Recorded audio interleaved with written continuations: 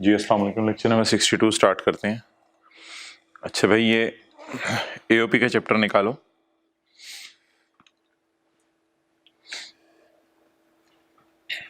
AOP के chapter में ना एक पेज आ रहा है, पेज नंबर 247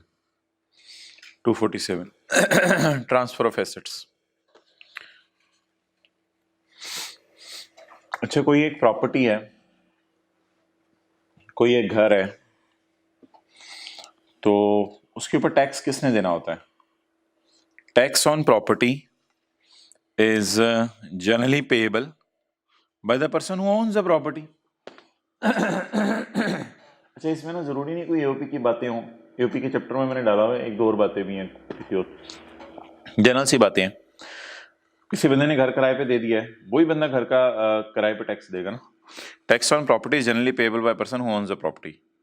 लेकिन कई दफा लोग ऐसा करते हैं कि प्रॉपर्टीज ना जानबूझ के दूसरे के नाम लगवा देते हैं, किसी गरीब बंदे के, किसी ऐसे बंदे के जिसको कोई जानता ना हो, और फिर कहते हैं ये प्रॉपर्टी तो मेरी है ही नहीं, इसलिए मैंने इस पर टैक्स नहीं देना। और वो गरीब बंदा बेचारा ऐसा होता है, वो इधर उधर होता है, हुकूमत को पकड़ा भी नहीं जाता। बड़े बंदे तो जरा पकड़े जाते हैं आराम से कि यार ये बंदा इधर आ रहा है, जा रहा है, गाड़ियों पे आगे पीछे दाएं बाएं। तो कई दफ़ा लोग जो है वो प्रॉपर्टी किसी ऐसे बंदे के नाम लगवा देते हैं जिसको कोई जानता भी ना हो, और फिर उस बंदे को देखें, मिसाल के तौर पे इचरा के अंदर वो 10वीं गली के अंदर जो है वो सेकंड फ्लोर किसी ने या फर्स्ट फ्लोर किसी ने किराए पे दिया हुआ है, कोई सादा सा बंदा है। अब किसको पता है? हुकूमत सारे बंदों को तो नहीं पकड़ सकती। तो कई दफ़ा हुकूमत, कई दफ़ा लोग जानबूझ के, क्योंकि जो बड़ी मछलियाँ होती हैं उनके तो नाम एफबीआर में वैसे ही आ रहे होते हैं, और जो बड़ी मछलियाँ होती हैं, बड़े टैक्स देने वाले, उनका तो एफबीआर के रिकॉर्ड से चेक किया जा सकता है ये प्रॉपर्टी उनके नाम है या नहीं। बल्कि उसका नाम डाला जाए तो सारी प्रॉपर्टीज आ जाती हैं कि कौन कौन सी प्रॉपर्टी किस किस की कहाँ कहाँ मौजूद है। तो वो लोग क्या करते हैं, प्रॉपर्टीज अपने नाम नहीं रखते, दाएं बाएं किसी लोगों के नाम लगवा देते हैं। तो जब कोई बंदा, मिसाल के तौर पे ऐसी अजीब सी बात कर रहा हूँ, मिसाल के तौर पे शेख रशीद साहब चाहें यार मेरी जो है वो 25-30 प्रॉपर्टीज हैं, मैं 15-20 किसी और के नाम लगवा देता हूँ ताकि जो है वो मैं पकड़ा ना जाऊँ। तो वो छोटे लोगों को ऐसे पकड़ना मुश्किल होता है, क्योंकि किसी ने कहीं प्रॉपर्टी, किसी की कहीं प्रॉपर्टी। बड़े बंदे का तो नाम साइट पे डाला जाए तो सारी उसकी प्रॉपर्टीज नाम पे आ जाती हैं कि उसने कौन कौन सी प्रॉपर्टीज ली हुई हैं। तो कहते हैं tax on property is generally payable by person who owns the property. However, sometimes property is transferred for tax avoidance. लेकिन कई दफा प्रॉपर्टी ट्रांसफर की जाती है, ये मुझे जो मैं बता रहा था, फॉर टैक्स बचाने के लिए जो है वो प्रॉपर्टी ट्रांसफर की जाती है। तो avoid such practice relevant provisions are as follows. इसको सामने रखते हुए लॉ मेकर ने कुछ असूल बना दिए हैं ताकि लोग ये दो नंबरियां ना करें। लॉ मेकर ने रूल क्या बनाए हैं वो देख लें। अब मिसाल के तौर पे मैं ये बात करता हूं यार,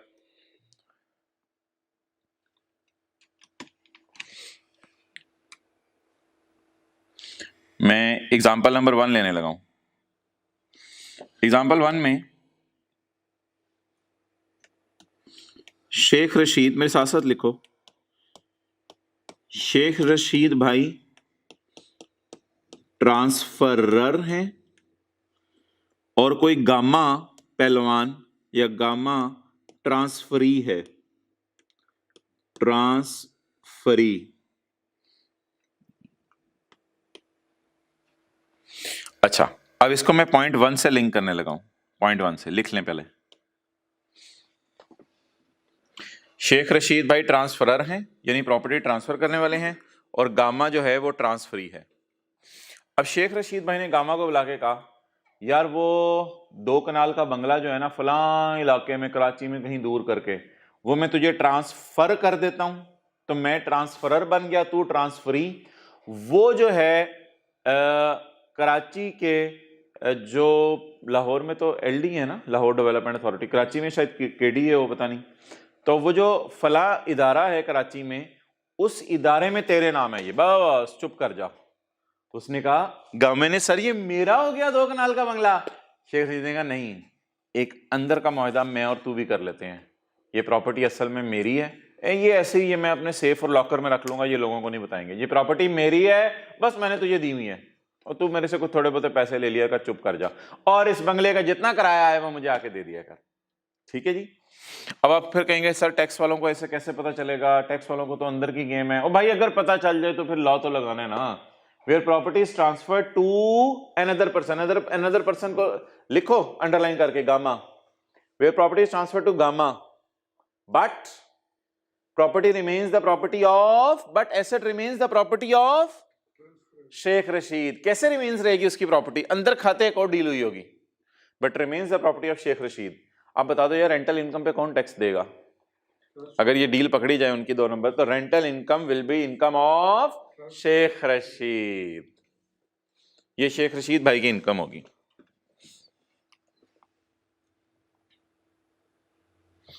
और भाई ये नाम लेना मकसूद नहीं है, बस वैसे ही वो कोई आपको दाएं बाएं लोग पता होते हैं इसलिए नाम ले लिए जाते हैं। आगे रिवोकेबल ट्रांसफर। यार ये जो पॉइंट 2 है ना, इसकी मिसाल लिखो। Wasim Akram transferred a ground to Rizwan. कोई क्रिकेट ग्राउंड वसीम अकरम ने खरीदा, वो रिजवान को दे दिया। Wasim Akram transferred a ground to Rizwan. Open land थी, वो रिजवान को दे दी। Mister Wasim Akram transferred ground to Rizwan. Mohammad Rizwan नाम है, क्या नाम है? कोई प्लेयर है, हैं? रिजवान के नाम से सुनते हैं। अच्छा, वसीम अकरम ने ट्रांसफर कर दिया ग्राउंड टू रिजवान, लेकिन वसीम अकरम ने ट्रांसफर, अब बिल्कुल ना अलग अलग इंडिपेंडेंट सिनेरियोज हैं, पिछलों से लिंक नहीं करना।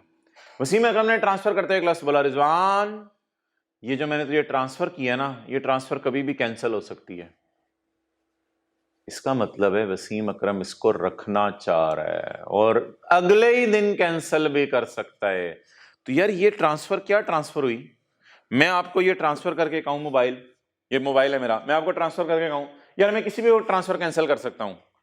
अब मेरे ख्याल से आप कहोगे सर आपने ये बेचा तो नहीं, फिर मुझे आपने तो दिया है और मेरे ख्याल से शायद मैं आपसे पैसे भी ना लूं फिर, क्योंकि मैंने आपको जब ये बोल दिया मैं किसी भी वक्त वापस ले सकता हूं, तो आप पागल हो इसकी प्राइस पे करोगे मुझे? समझ आई बात?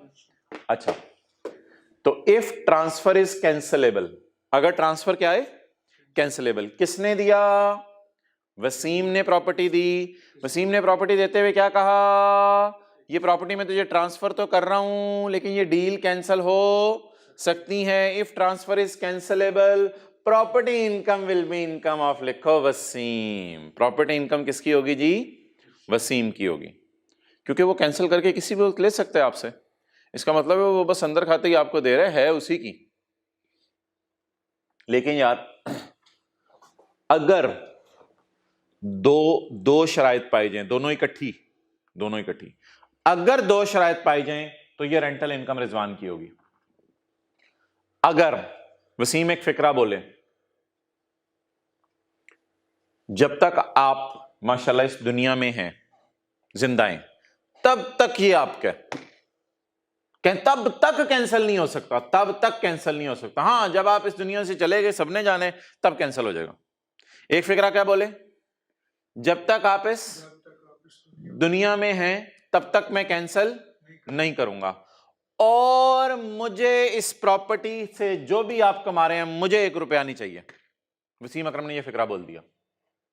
अब फील करो, रिजवान सोचेगा ना ये लाइफ टाइम मेरी है, मेरी लाइफ के बाद कैंसिल हो सकती है, लाइफ टाइम मेरी है और सारा फायदा भी मैंने ही लेना है।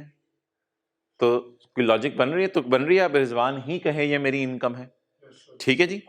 तो वो मिसाल दोबारा लो, अगर ये मैं मोबाइल आपको दूं और मैं कहूं ये कैंसिलेबल है, डील किसी भी वक्त कैंसिल हो सकती है, तो आप कहोगे यार ये क्या मोबाइल दिया है। तो इसलिए लॉ मेकर कह रहे हैं फिर ये मोबाइल मेरा ही है, ये मेरी इनकम है।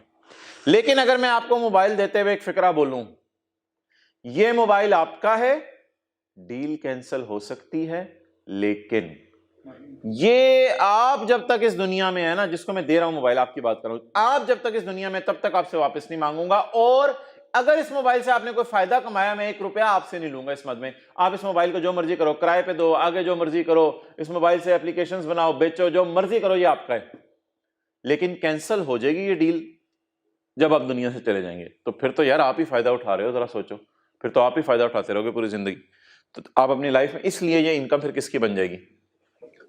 रिजवान की, ट्रांसफरी की। पढ़ लो आप।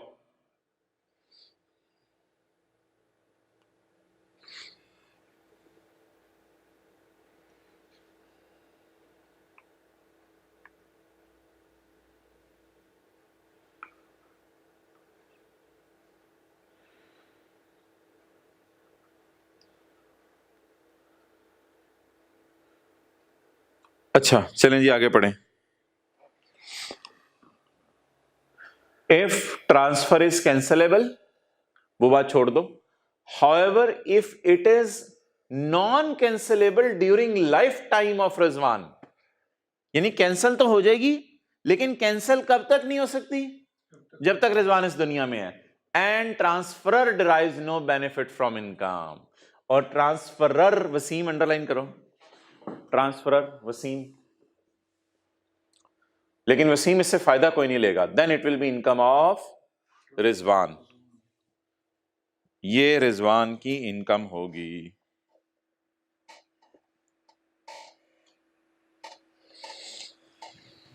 अच्छा जी आगे चलें जी। ट्रांसफर टू स्पाउस और minor child, transfer to spouse और माइनर चाइल्ड। यार फर्ज कर लो बेनजीर जिंदा है और उसके शोहर का नाम जरदारी और उसके बेटे का नाम बी लावल।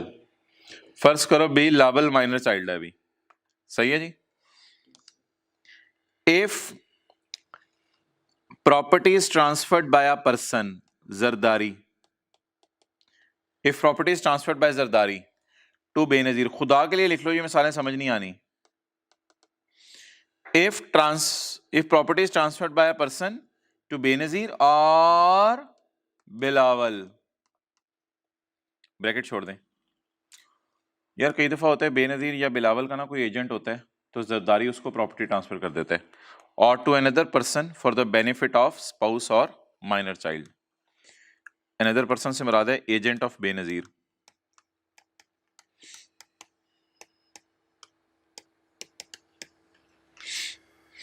If property is transferred by Zardari to Benazir, getting the point. और if property is transferred, Sindh के अंदर वो जो जमीनें हैं बेनजीर तेरी, if property is transferred by Zardari to Benazir, if property is transferred by Zardari to Bilawal और to another person for the benefit of spouse, इसको भी आप ब्रैकेट में ले सकते हो जो मैंने येलो से हाईलाइट किया। Property income will be the income of Zardari. ये जो शोहर बीवियों को ट्रांसफर करते हैं ना, कहते हैं ये अंदर की गेम होती है, ये शोहर की ही इनकम होती है। ऐसे ही बीवी को खुश करने के लिए उसके नाम लगवा देते हैं। जब घर में इस प्रॉपर्टी से इनकम आती है तो बीवी को कहते हैं चुप कर जा, ये पैसे मुझे दे दें। तो शोहर अगर बीवी को ट्रांसफर कर दे प्रॉपर्टी तो अंदर की बात बताओ क्या होगी कि शोहर ऐसी दो नंबरी कर रहा है, शोहर की मकसद कोई नहीं है, ये बीवी को इसकी प्रॉपर्टी से इनकम कमा के देना। शोहर जो पैसे आया करेंगे घर का करेगा, मुझे दे दे। तो ये इनकम किसकी समझी जाएगी?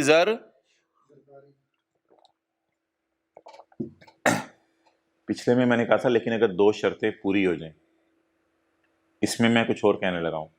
अगर दो में से एक भी शर्त पूरी हो जाए, ऊपर लिखा हुआ था एंड, पिछले में इधर लिखा हुआ है और, अगर दो में से एक भी बात हो जाए ना तो फिर ये इनकम बेनजीर की है।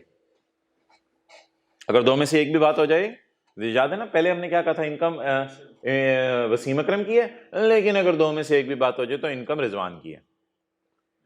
इधर मैं क्या कहने लगा हूं, असूली तौर पे इनकम उसी की है, जरदारी की है, लेकिन अगर दो में से एक बात हो जाए तो ये इनकम किसकी बन जाएगी? बेनजीर की बन जाएगी। अगर ये प्रॉपर्टी ट्रांसफर करने का मकसद ये था कि भाई ऐसा हुआ तो नहीं था और अल्लाह ना करे कहीं हो, अगर बिलफर्ज जरदारी ने बेनजीर को तलाक दे दी थी और तलाक देने के बाद उसने कहा ये प्रॉपर्टी तेरी, तो फिर तो बेनजीर ही असल में इससे फायदा ले रही होगी, क्योंकि इसमें असल में मकसद ये होता है कि अगले बंदे को थोड़ा सपोर्ट कर देना, हेल्प कर देना, वो बेचारी तलाक हो गई तो ऐसी सूरत में फिर बेनजीर की ही ये इनकम होगी, क्योंकि अब तो प्रॉपर्टी किसके पास चली गई? बेनजीर के पास। लेकिन अगर घर रहते हुए तलाक दिए बगैर उसे प्रॉपर्टी दे दे और जो पैसे आए फिर तो घर की बात है, शोहर ने कहना घर की बात है, तेरे पास मेरे पास, चल मेरे पास रख दे। और दूसरी सूरत यह है कि तलाक वगैरह ना हुई हो, जरदारी ने बेनजीर को प्रॉपर्टी ट्रांसफर की हो और बेनजीर से कहो मुझे पैसे दो, और बेनजीर ने अच्छी खासी प्राइस उसकी पे हो, एडिक्वेट कंसिडरेशन, अच्छी खासी मुनासिब प्राइस, तकरीबन फेयर वैल्यू के करीब समझ लो। एडिक्वेट कंसिडरेशन लिख लो, तकरीबन फेयर वैल्यू। एडिक्वेट कंसिडरेशन का मतलब तकरीबन fair value.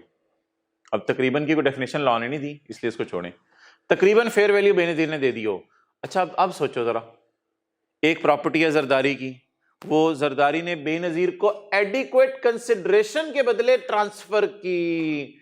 Transfer is for, मुझे तो ये लग रहा है बेच ही दी है ना, फिर तो ये इनकम बेनजीर की बनेगी ना, फिर तो बेच दी है, फिर तो बेनजीर पागल तो नहीं है, फिर प्रॉपर्टी के पैसे दे रही होगी।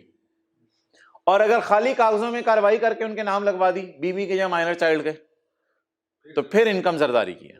लेकिन इन दो सूरतों में इनकम किसकी है? बेनजीर की। बेनजीर, कोई नजीर नहीं, बेनजीर। और डन। अच्छा चलो यार, ऑलमोस्ट ये सेक्शन खत्म हुआ। एक दफा जरा क्विक रिवीजन लो। प्रॉपर्टी के ऊपर टैक्स उस बंदे ने जमा कराना होता है जिसकी प्रॉपर्टी हो, लेकिन कई दफा लोग प्रॉपर्टी दूसरों के नाम लगवा देते हैं टैक्स बचाने के लिए। इस प्रैक्टिस को अवॉइड करने के लिए लॉ मेकर ने 4 रूल बनाए हैं। पहला रूल, अगर Sheikh Rashid, where property is transferred to Gama but asset remains the property of Sheikh Rashid, rental income will be taxable in the hands of, बोलो बोलो, शेख रशीद। एक्सेलेंट, आगे चलो। अगर वसीम अकरम रिजवान को प्रॉपर्टी देते हुए कहे ये डील कैंसिल हो सकती है, तो प्रॉपर्टी इनकम फिर वसीम अकरम की है। लेकिन अगर रिजवान को कह दे ये डील तुम्हारी लाइफ में मैं कैंसिल नहीं करूंगा और सारा बेनिफिट तुम ही ले लिया करो, और तो फिर ये रिजवान की इनकम है। अच्छा, जरदारी अगर बेनजीर या बिलावल को कोई प्रॉपर्टी ट्रांसफर करे तो ये इनकम जरदारी की है। लेकिन अगर जरदारी ने पैसों की बेची है या तलाक देने के वक्त उसको मुफ्त में दे दी है, पैसों की बेची है या तलाक देते हुए उसको मुफ्त की दे दी है, then it will be the income of transferee. फिर इन प्रॉपर्टी से जो भी इनकम आएगी, प्रॉपर्टी से जो भी किराया वगैरह आएगा, वो बेनजीर का होगा। अच्छा जी, transfer using funds of transferee. Transfer using funds of transferee, if property is acquired by transferee with the funds of transfer, it will not be considered as transfer made for adequate consideration.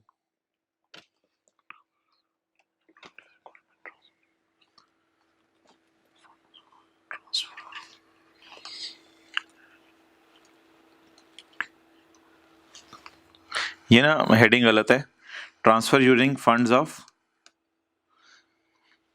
Transferor, ये कर लो।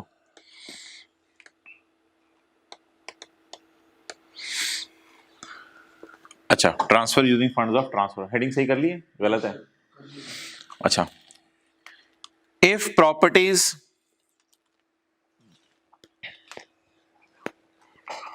ये ना point A की वजाहत आ रही है, point A की वजाहत।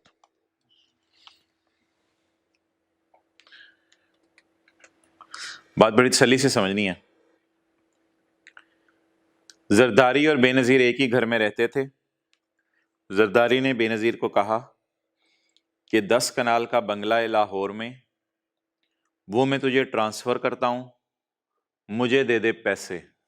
बेनजीर गई, अपने पर्स में से 1 अरब रुपया निकाला और 1 अरब रुपया निकाल के जरदारी की पॉकेट में डाल दिया। आप बता दो, इसको मैंने थोड़ी देर पहले क्या समझाया था? It is for adequate consideration. 1 crore रुपया अच्छी खासी कंसिडरेशन आपने पे कर दिया है। अब जब बेनजीर ने 1 करोड़ रुपया, 1 अरब रुपया उसको पे कर दिया, तो ये प्रॉपर्टी बेनजीर की है और इनकम भी उसी की बनेगी। अगली बात गौर से सुनना। जरदारी ने बेनजीर को कहा मुझे पैसे दे प्रॉपर्टी के। बेनजीर ने कहा मेरे पास तो पैसे एडिक्वेट कंसिडरेशन नहीं है। जरदारी ने चुप करके कहा ये पैसे मेरी तरफ से पकड़, ये पैसे ना जरा ऐसे ही मेरी तरफ से पकड़ ले, ये पैसे मेरी तरफ से पकड़ ले, चल अब ये पैसे मुझे दे दे लोगों के सामने। लोगों का भरा मजमा बुलाया और लोगों का भरा मजमा बुला के कहा मैं बेनजीर को प्रॉपर्टी बेचने लगा हूं। बेनजीर ने फौरन परस से 1 अरब रुपया निकाला और जरदारी को पकड़ा दिया। लोग क्या समझ रहे हैं? बेनजीर ने पैसे दिए, लोगों के सामने बेनजीर से पैसे दिलवाए और जाके लाहौर डेवलपमेंट अथॉरिटी में बेनजीर के नाम प्रॉपर्टी लगवाई। और जरदारी ने क्या कहा? देखो देखो बेनजीर ने मुझे 1 अरब रुपया दिया। उससे पहले अंदर की बात क्या थी कि जरदारी ने ऐसे ही अपने लॉकर से उसे पकड़ा दिए थे कि तू मुझे पैसे तो दे दें, लेकिन वो पैसे जो है वो पहले मेरी तरफ से रख ले। तो अगर ट्रांसफरी बेनजीर ट्रांसफरर जरदारी के पैसे यूज करके जरदारी को पैसे दे, तो फिर ऐसी सूरत के अंदर बोलो ये ट्रांसफर कोई नहीं है, ये इनकम जरदारी की ही रहेगी। पॉइंट ए की exception, if the property is acquired by Benazir, यार लेख ऐसे नहीं समझ आनी, if property is acquired by Benazir with money of Zardari, ये देखो transfer using funds of Zardari, it will not be considered as transfer made for, ये नहीं समझा जाएगा कि ट्रांसफर अच्छे खासे पैसों में हुई है, क्योंकि ट्रांसफर तो वो उसने अपने ही पैसों से की है। और आगे छोटा सा लिख लो, आगे ये अगली लाइन लग गया यार, आगे कंसिडरेशन के बाद आगे छोटा सा लिख लो, and it will be income of Zardari and it will remain income of Zardari, और ये जरदारी की ही इनकम रहेगी।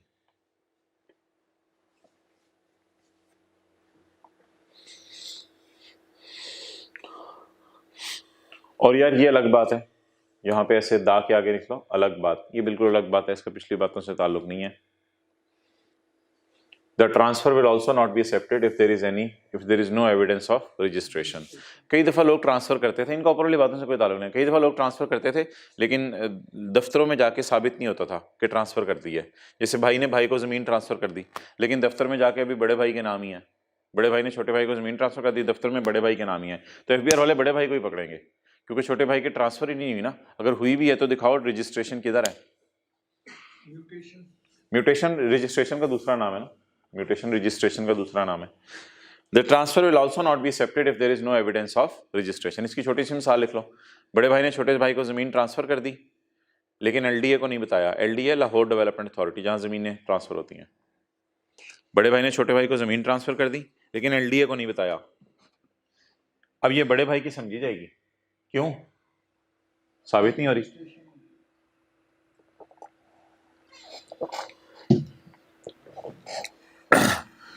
चलो जी बता दो सारी बातें।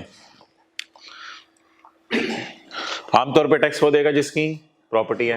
कई दफ़ा ट्रांसफ़र करने वाला टैक्स बचाने के लिए ऐसा करता है, अगर शेख रशीद गामा को दे दे प्रॉपर्टी तो शेख रशीद को टैक्स देना पड़ेगा। रिवोकेबल ट्रांसफ़र, रिवोकेबल होता है कैंसलेबल, रिवोकेबल होता है कैंसलेबल। अगर वसीम अकरम ने रिजवान को कोई ग्राउंड दे दिया लेकिन कहा ये डील कैंसिल हो सकती है, तो ये वसीम अकरम की इनकम है। लेकिन अगर रिजवान को के लिए मिल जाए और रिजवान जो है इससे सारा फ़ायदा खुद उठाए, वसीम को कोई पैसे ना दे, तो फिर ये इनकम रिजवान की है। जरदारी बेनज़ीर को प्रॉपर्टी दे दे तो ये इनकम जरदारी की है। लेकिन अगर जरदारी पैसे लेके, वो बेनज़ीर अपने परस से देगी, पैसे लेके बेनज़ीर से प्रॉपर्टी, पैसे बेनज़ीर को कोई पैसे दे, मैं तो ये प्रॉपर्टी ट्रांसफ़र करता हूँ, फिर ये प्रॉपर्टी इनकम जो है वो किसकी होगी? बेनज़ीर की होगी। और अगर तलाक देते हुए, तलाक देने के वक्त जो है वो उसको कहे ये प्रॉपर्टी रख ले, अब उस प्रॉपर्टी से जो इनकम आएगी वो बेनज़ीर की होगी। और अगर जरदारी बेनज़ीर को कहे पैसे तू रख मेरी तरफ से, फिर लोगों के सामने तू मुझे अपने परस से निकाल के दे दी, और ऐसी सूरत के अंदर जो है वो ये इनकम जरदारी की होगी। अगला आसान है, 2-2 मिनट लगेंगे इंशाल्लाह तीनों पे। 98A, change in constitution of AOP। अब आप मुझे बता दो, 2 पार्टनर थे A, B और C। A 12 महीने रहा, B 12 महीने रहा, C आखिरी 2 महीने पार्टनरशिप में आया था। तो बताओ A को कितना प्रॉफिट मिलेगा? 12 महीने का। B को कितना प्रॉफिट मिलेगा? 12 महीने का। और जो नया पार्टनर C आया है उसे कितने महीने का प्रॉफिट मिलेगा? 2 महीने का। अब वो एलोकेशन कैसे होनी है प्रॉफिट्स की, वो कैलकुलेशंस मैं नहीं कर रहा कैलकुलेटर के ऊपर, लेकिन क्या ऐसा हो सकता है कि पार्टनरशिप चलते चलते उसकी कॉन्स्टिट्यूशन में चेंज आ जाए? पहले कौन पार्टनर थे? A और B। इन ये असल में मैं तफसील में नहीं जा रहा, 10 महीने का प्रॉफिट तो इन दोनों में तकसीम हो जाएगा, और 2 महीने 2 महीने 2 महीने का प्रॉफिट इन तीनों में तकसीम हो जाएगा। तो change in constitution of AOP, where a change occurs in the constitution of firm, for example admission हुआ ना, C आ गया, और रिटायरमेंट या कोई पुराना छोड़ के चला गया, during a tax year the firm's income is apportioned between the partners on time basis, जो जितना अरसा रहा उसको उतने अरसे का प्रॉफिट मिलेगा। अच्छा, रिटर्न जमा करवाने की किसकी जिम्मेदारी होगी? A की, B की, C की? उसका जवाब यह है, जिस दिन रिटर्न जमा करवाई जाने लगी है उस दिन कौन कौन पार्टनर है। तो फर्ज करो C के आने से पहले तो रिटर्न जमा आप करवाएंगे नहीं, सी के आने के बाद ही आपने रिटर्न जमा करवानी है, लेकिन हो सकता है सी के आने के बाद बी भी रिटायर हो जाए 1-2 दिन बाद। तो रिटर्न जमा कराने की तारीख किसी को याद है? 30 सितंबर है। 30 सितंबर को जो पार्टनर है वो रिटर्न जमा करवा दे, बस सादा सी बात है। The responsibility for filing return in this case with the person who are partners on the date it is required to file a return. Date लिख लो 30 सितंबर है, बस 30 सितंबर को जो तीनों में से पार्टनर मौजूद होगा वो रिटर्न जमा करवा देगा एओपी की। अच्छा जी यार, क्या कहते हैं, दो लोग थे, उनका कारोबार बंद हो गया और पार्टनरशिप थी, क्लोज करके चले गए।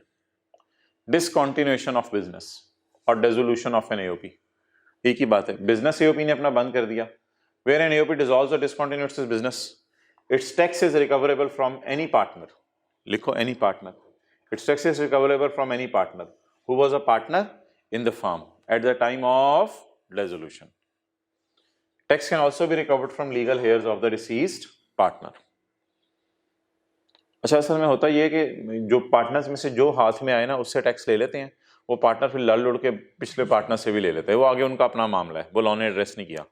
तो अगर एओपी बंद हो जाए तो किससे टैक्स लिया जाएगा, ये हाईलाइट कर लो बस, tax is recoverable from any person, तो किसी भी पार्टनर से टैक्स लिया जाएगा। अगली बात लिखना जरूरी होगी, who was a partner at time of dissolution, इसके नंबर होंगे, जो पार्टनरशिप के टाइम पे पार्टनर था। यार वो याद है शाहिद अफरीदी ने कपड़ों की दुकान खोली थी एक दफा, याद आ रहा है? नहीं नहीं, मुझे याद है, मेरे ख्याल से ये एमएम आलम रोड के ऊपर ना शाहिद अफरीदी ने एक कपड़ों की दुकान खोली थी। तो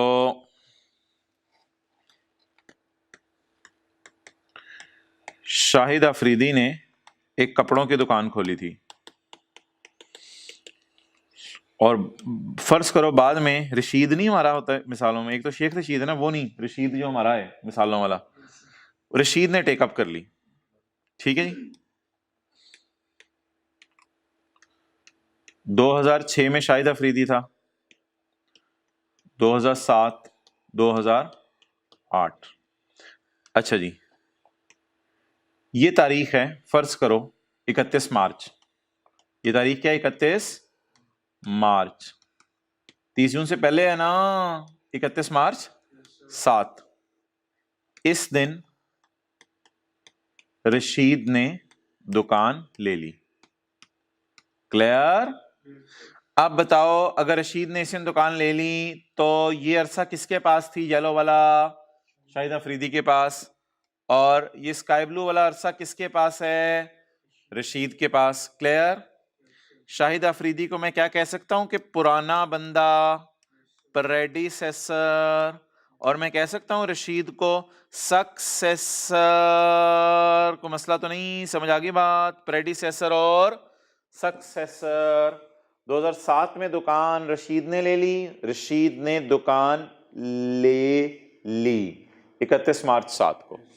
येलो वाला अरसा शाहिद अफरीदी के पास है, स्काई ब्लू वाला ऑनवर्ड अरसा किसके पास है? रशीद के पास है। अच्छा जी, अब पढ़ लें, इफ अ शाहिद अफरीदी लिखो, इफ अ शाहिद अफरीदी, ऐसे लिख लो बेशक आसानी के लिए, इफ ऐसे Shahid Afridi carrying on any business, Shahid Afridi कपड़ों का काम कर रहा था, इज सक्सीडेड, इसके बाद कोई और आ गया, in any tax year, in any tax year से क्या मुराद है? 2007, in any tax year by any other person, any other person से मुराद लिख लो रशीद, बाय रशीद। अब पढ़ो, if Shahid Afridi succeeded by Rashid, ये ब्रैकेट में ले लो यार, otherwise then on death of predecessor, इसमें उसकी डेथ की बात नहीं हो रही, असल में इसकी डेथ पे तो वुरसा को मिल जाते हैं ना, वो लॉ मेकर ने यहाँ डिस्कस ही नहीं किया, इसलिए इसको छोड़ो, इसको ब्रैकेट में ले लो। अच्छा, वैसे बता दो कि अब शाहिद अफरीदी को क्या कहा जाएगा? प्रेडिसेसर, और रशीद को सक्सेसर कहा जाएगा। एंड सक्सेसर, सक्सेसर कौन बोलो? Rashid. And Rashid continues the same business, उसने कहा मैं उसी दुकान के ऊपर काम करता रहूंगा, मैं वही दुकान तेरी चलाऊंगा कपड़ों वाली, लेकिन अब मैं चलाऊंगा, मेरी मर्जी, नाम शाम नहीं लेगा उसका, अब वो, लेकिन दुकान वही चलाएगा, कपड़े वही, सब कुछ वही, दर्जी वही, सब वही। बस अभी न्यूमेरिकल शुरू करते हैं, तो आज आराम से थोड़ा हो जाएगा। And successor continues the same business, और सक्सेसर सेम बिजनेस कंटिन्यू करे। द प्रेडिसेसर, प्रेडिसेसर कौन है? अच्छा भाई सादा सी हम बात कर रहे हैं कि पुराना बंदा था, उसने नए बंदे को दुकान बेच दी है। अच्छा अब बता दो इस अरसे का टैक्स कौन देगा? पुराना बंदा। और इस अरसे का टैक्स नया बंदा, जाहिर सी बात है। द प्रेडिसेसर पुराना, द पुराना, ये कौन सा पेज है? 247। द पुराना shall pay the tax on income of the year in which succession took place. सबर, the पुराना shall pay the tax of the year in which succession took place. ये बात अधूरी है। He will pay the tax up to the date of succession, 31 मार्च तक। He will pay tax up to the date of succession, लिखो 31 मार्च, जिस दिन उसने दुकान ले ली। He will pay the tax up to the date of succession। इसका क्या मतलब है? And for preceding years, preceding year 2006, preceding, तो उसने 2006 का भी देना है और 7 के भी, ये 9 महीने का उसने टैक्स देना है। एंड सक्सेसर ये क्या करेगा? एंड सक्सेसर बता दो, shall pay the tax for the year after the date of succession, succession की डेट के बाद ये दे देगा। चलो यार खत्म करो इस बात को। If Shahid Afridi carrying on a business is succeeded in any tax year by Rashid, इसमें ये बात नहीं कर रहा कि शाहिद अफरीदी की डेथ हो गई है, कोई और बात कर रहा है। And successor continues the same business, और सक्सेसर वही बिजनेस जारी रखे। कौन? शाहिद अफरीदी नहीं, Rashid. And Rashid continues the same business. The Shahid Afridi shall pay the tax, कितना? He will pay the tax up to the date of succession and for preceding years as well. And the successor shall pay the tax for the year after the date of succession. Point 2. Where predecessor cannot be found. कौन? आप पता है क्या कर रहा है? Point 2 और 3.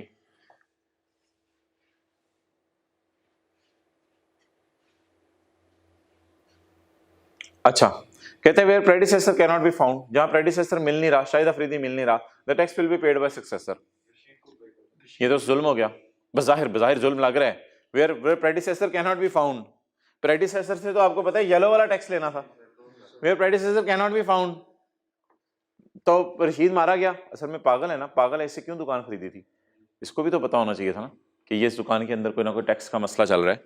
Where predecessor can not be found, जहां प्रेडिसेसर ना मिले तो क्या करें? किस दीवार में टक्कर मारें? Where predecessor, the tax will be paid by successor. Successor will pay tax for the year up to the date of succession and for preceding years as well. अब आप कहेंगे इसका क्या जुल्म है? आप क्या कहते हैं, सक्सेसर से, रशीद से पिछले सालों वाला टैक्स क्यों दिलवा रहे हैं? भाई वो पागल है, उसे देख के दुकान लेनी चाहिए थी, गलती उसकी भी तो थोड़ी सी है। अच्छा, where tax cannot be recovered from predecessor, it shall be recoverable from successor.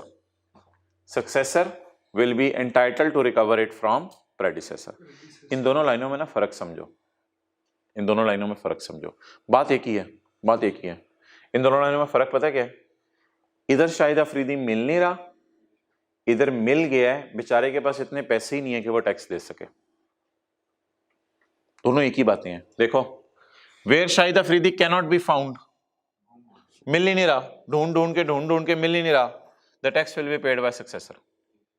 अब सक्सेसर भी नहीं ढूंढ सकेगा, अब बीआर को नहीं मिला, सक्सेसर ने कहां से ढूंढना है? सक्सेसर बेचारा टैक्स पे करेगा उसके और पिछले सालों का। हाँ, कल कल को मिल जाए तो वो उससे ले ले, ऐसे सवाल ना मेरे से पूछिएगा, ले ले यार कोर्ट में जाके, छोड़ें इन बातों में ना पड़े जिसको लॉ ने डिस्कस नहीं किया। अगर एफबीआर को शाहिद अफरीदी मिल नहीं रहा तो फिर टैक्स सक्सेसर दे दे, और सक्सेसर बेचारे का बड़ा नुकसान हो गया। लेकिन where tax can not be recovered from predecessor, मिल तो रहा है लेकिन शाहिद अफरीदी कहते हैं यार मैं इस वक्त कंगाल हुआ पड़ा, मैं कहां से तुझे पैसे दूं तुम लोगों को। It shall be recoverable from successor, और अल्लाह करेगा कभी किस्मत जागेगी शाहिद अफरीदी की, शाहिद अफरीदी के पास भी अल्लाह करे पैसे आ जाएं, फिर क्या होगा? Successor will be entitled to recover it from predecessor. आगे लिख ले, इन फ्यूचर कभी ना कभी तो किस्मत जागेगी इंशाल्लाह शाहिद अफरीदी की, उसके बाद भी पैसा आएगा, फिर वो दे देगा इसको। आप बता दें दूसरा और तीसरा सिनेरियो, अगर शाहिद अफरीदी मिले ही ना तो भी रशीद लायबल, अगर शाहिद अफरीदी मिल जाए लेकिन इस काबिल ना हो के टैक्स दे सके, Rashid is liable, but Rashid बाद में पैसे रिकवर कर सकेगा।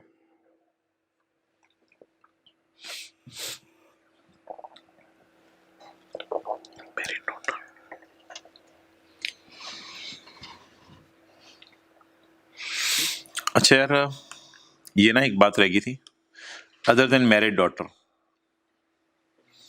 इसका मतलब लिख लो स्टार डाल के, अदर देन मैरिड डॉटर। क्या नाम है मैरिड डॉटर का? बख्तावर नाम है। बख्तावर की होगी ये शादी? छोटी की नहीं हुई अभी? आसिफा की नहीं हुई? अच्छा ठीक है, तो लिख दो मैरिड डॉटर को अंडरलाइन करके। अगर जरदारी बख्तावर को प्रॉपर्टी दे दे तो ये बख्तावर की इनकम होगी। अदर देन मैरिड डॉटर का मतलब लिख लो, अगर जरदारी बख्तावर को प्रॉपर्टी दे दे तो ये बख्तावर की इनकम होगी।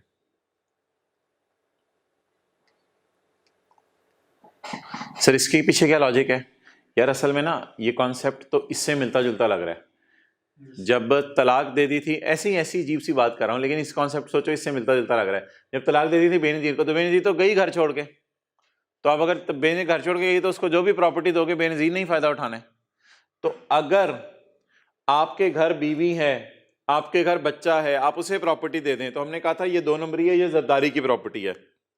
लेकिन अगर आपकी बेटी घर छोड़ के जा रही है, आप उसे जाते हुए कोई प्रॉपर्टी दे दें, तो अब तो वो बेटी उससे फायदा उठाएगी ना, तो इसलिए ये फिर किसकी प्रॉपर्टी होगी? बेटी की। चलें जी, निकालो यार वो पॉइंट, न्यूमेरिकल शुरू करने में मैंने कहा था।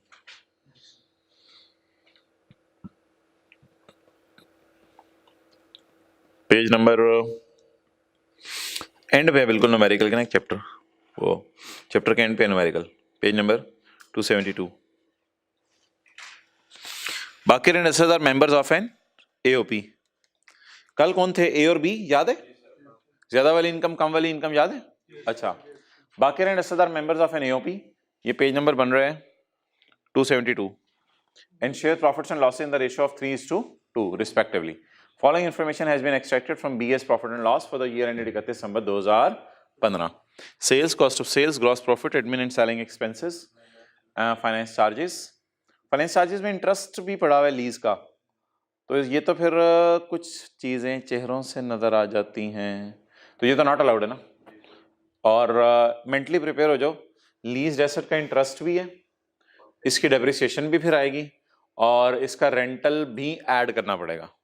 Less less less less less, तो इंटरेस्ट और बोलो, इंटरेस्ट और डेप्रिसिएशन उल्टानी पड़ेगी और रेंटल लेस करना पड़ेगा, तो मेंटली प्रिपेयर हो जाओ। Other income profit before tax, अगर आप कहें कि फेस से एडजस्टमेंट कर सकें तो माजरत में एक ही कर सकता हूँ, 5800 पकड़ के 462 ऐड कर सकता हूँ, वो आपने करवाना है करवा दें, कोई मसला नहीं, वो मैं आपके सामने कर देता हूँ। फेस से एक ही एडजस्टमेंट मुझे नज़र आ रही है अभी फिलहाल, और कोई एडजस्टमेंट नज़र नहीं आ रही। अच्छा, ये जो एओपी है ना बाकिर एंड असद, तो इसका न्यूमेरिकल बिल्कुल एओपी जैसे ही सॉल्व होगा जैसे इंडिविजुअल्स के न्यूमेरिकल सॉल्व होते थे, तो इनकम फ्रॉम बिजनेस इनकी उसी तरह निकालेंगे जैसे हम निकालते थे।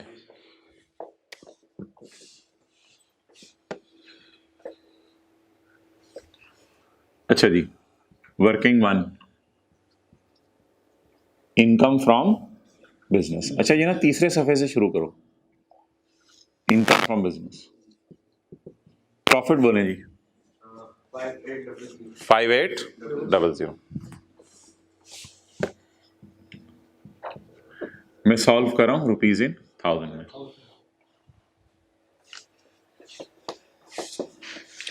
प्रॉफिट तक पहुंचते हुए इंटरेस्ट माइनस हो चुका है लीज एसेट का, ये माइनस करने की इजाजत नहीं है। कुछ चीजें ऐड करेंगे हम और कुछ चीजें लेस करेंगे। जी बोले। नहीं नहीं नहीं नहीं भाई, 980 माइनस 460 आप गलत बोल रहे हो, 460 एग्जैक्ट उठाओ, इसमें 460 पड़ा हुआ है जो यहां तक आते हुए माइनस हो गया, तो बाकी इंटरेस्ट हमारा कोई नॉर्मल सा होगा, वो बिजनेस के नॉर्मल इंटरेस्ट होंगे, लोन वगैरह पे इंटरेस्ट होंगे। लीज्ड एसेट का इंटरेस्ट इसमें 462 है, तो 462 को ऐड कर दें। इंटरेस्ट ऑन लीज्ड एसेट कितना जी? और याद रखिएगा लीज वालों की अकाउंटिंग डेप्रिसिएशन भी अभी थोड़ी देर में आएगी। ये वैसे ही मैं अपने आप को मेंटली प्रिपेयर कर रहा हूँ, मैंने अभी आगे सवाल नहीं पढ़ा। लीज वालों की अकाउंटिंग डेप्रिसिएशन भी आएगी और लीज रेंटल भी आएगा। और कहीं नहीं लिखा हुआ सवाल में कि लेसी ने एसेट खरीद लिया है, वो वाली बात नहीं लिखी हुई। अच्छा जी, यार ये पॉइंट आपके सामने पहली दफा आ रहा है। Provision of 75,000 against slow moving stores and spheres, ये खर्चों में पड़ा है। और एक बात याद रखना, जो चीज खर्चों में पड़ी हो ना, खर्चे इंक्लूड, जो चीज खर्चों में पड़ी हो वो प्रॉफिट तक पहुंचते हुए माइनस हो चुकी होती है। तो खर्चों में पड़े होने की वजह से 75 प्रॉफिट तक पहुंचते हुए माइनस हो चुका है। अब क्या करना पड़ेगा, इसको ऐड करना पड़ेगा। सर क्यों, ये खर्चा अलाउड है या नॉट अलाउड, ये बहस करें। जी बिल्कुल, प्रोविजंस ना सेक्शन 21 में कहीं नहीं लिखा हुआ नॉट अलाउड है, लेकिन एक सेक्शन है section 29 bad debt. Bad debt वाला सेक्शन कहता है एक्चुअली जब बंदा पैसे लेके भागे ना तो वो खर्चा माइनस करने के जा जाता है। प्रोविजन फॉर डाउटफुल डेट जो आप इंट्रो में पढ़ते थे ना, पैसे लेके भागने का रिस्क, वो नॉट अलाउड है। तो provision for doubtful debt not allowed है। अब सर सेक्शन 29 तो प्रोविजन फॉर डाउटफुल डेट के लिए लगता है, ये तो सेक्शन 29 की बात ही नहीं है। ये तो slow moving stores and spheres हैं। स्टोर्स एंड स्पेयर्स, दुकान में कुछ चीजें ऐसे पड़ी होती हैं जो स्लो मूव कर रही हो, यानी दुकानदार बेचना चाह रहा हो, बिक ना रही हो। तो आज सर जी ये कहां से सेक्शन 29 आप इस पे लगाने लगे? जी माना बिल्कुल यार, जब लॉ में ना वाजे गाइडेंस अवेलेबल नहीं होती तो पता होता क्या है, लॉ मेकर ये लॉ में वाजे गाइडेंस अवेलेबल नहीं होती तो लॉ में जो उससे मिलती जुलती चीजें होती हैं ना, उन रूल्स को अप्लाई किया जाता है। तो जिस तरह सेक्शन 29 कहता है एक्चुअल बैड डेट माइनस कर लो, अंदाजा माइनस करने की इजाजत नहीं है, इसी तरह स्टॉक भी अगर दुकान पे पड़ा हुआ गल सड़ रहा है तो लॉ मेकर कहता है जब आप उसको डस्टबिन में फेंको तब खर्चे में डालो। अभी अगर आपको लग रहा है कि मेरा अंदाजा है कि इसका मेरा नुकसान हो जाएगा तो इसको रिकॉर्ड करने की जरूरत नहीं है। तो प्रोविजन फॉर डाउटफुल डेट की तरह लिख लें, ये प्रोविजन भी नॉट अलाउड है। प्रोविजन फॉर डाउटफुल डेट की तरह ये प्रोविजन भी नॉट अलाउड है।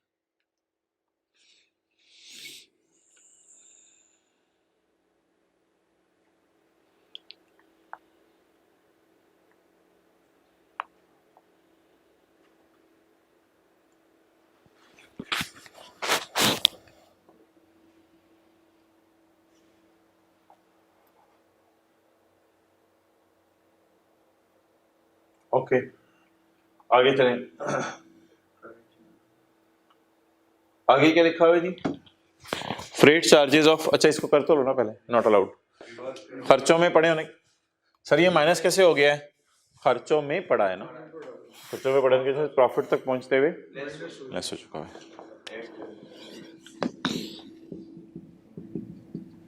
कितनी? 75, इसको ऐड कर देते हैं। आगे यार किराया पे किया आपने 2,60,000, 2.5 लाख से ज्यादा है। These were paid in cash to Momin goods transport और फलां फलां, कोई ट्रांसपोर्ट कंपनी को आपने किराया पे किया है। तो बिजनेस का चैप्टर निकालो, एक्सेलेंट। उसमें ना 21 का एल है, 21 का एल ये कहता है कि सारे खर्चे माइनस करने की इजाजत नहीं, 4-5 खर्चे ऐसे हैं जो अगर आप कैश में भी पे कर दें तो माइनस करने की इजाजत है। तो इस बुनियाद पे अगर मैं आऊं तो 21 का एल अल्लाह करे मुझे मिल जाए आज, page 130, expenditure for utility bills, expenditure for freight. तो पेज 130 ये बता रहा था कि ये खर्चा आप कैश में पे कर सकते हैं, तो इसलिए प्रॉफिट तक पहुंचते हुए ये खर्चा जो है वो माइनस हो चुका है। अच्छी बात है, माइनस हो चुका है, कैश में पे किया जा सकता है। देखो सवाल में एक लाइन लिखी हुई है, show all relevant exemptions exclusions and disallowance, यानी जिस भी चीज को आप एक्सक्लूड भी करना चाहो ना कैलकुलेशन में से शो करना है तो डैश डाल के हम शो करेंगे। और your computation should commence from the profit figure 5800, ये तो उसने वैसे ही लिख दिया कि आपकी कैलकुलेशन कहां से शुरू होनी चाहिए, 5800 से। और हमारी आदत भी यही है 5800 से शुरू करने की। 2,60,000 फ्रेट। ऐसे ही अगर कभी आपका दिल चाहे तो आप लिख सकते हैं allowed even if paid in cash, ऐसी अगर आपका दिल चाहे हल्की सी कोई वजह लिखना चाहे तो हल्की फुल्की लिख सकते हैं आप, लिखना चाहें तो। ये अलाउड है, चाहे कैश में पे हो जाए फिर भी। आगे चले यार। इंडिविजुअल के बिजनेस की कैलकुलेशन और एओपी के बिजनेस की कैलकुलेशन, यानी कोई अकेला बंदा कारोबार कर रहा हो उसकी वर्किंग वन बिजनेस वाली, या कोई 2-3 बंदे मिलकर कारोबार कर रहे हो उनकी वर्किंग वन हमेशा सेम होती है, सिवाय इसके कि एक सेक्शन आज मैं नया आपको बताने लगा हूं।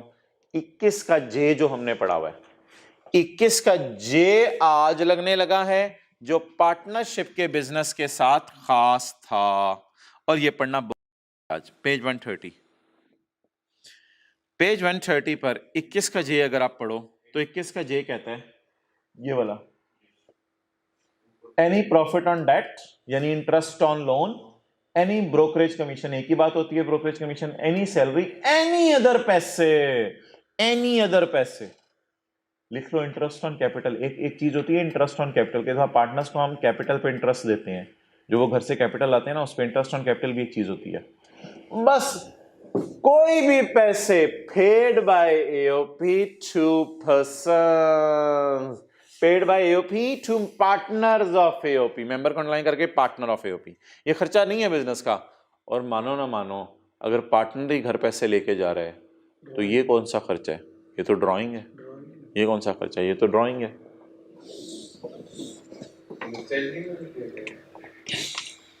पार्टनर को अगर सैलरी भी दे दें तो ये पार्टनर के काम की सैलरी है, लेकिन पार्टनर तो असल में ओनर है ना, और ओनर का इतना बड़ा स्टेटस होता है कि अपनी सैलरी भी खुद ही डिसाइड करता है, तो इसलिए ये सैलरी नहीं होती, ये बस घर पैसे लेके जाने के बहाने होते हैं। तो पार्टनर को जो मर्जी पेमेंट कर दे बिजनेस, पार्टनर तो ओनर है, ये बिजनेस का खर्चा नहीं है। तो इन दोनों पॉइंट्स के साथ लिख लो 21 का जे, 21 का जे,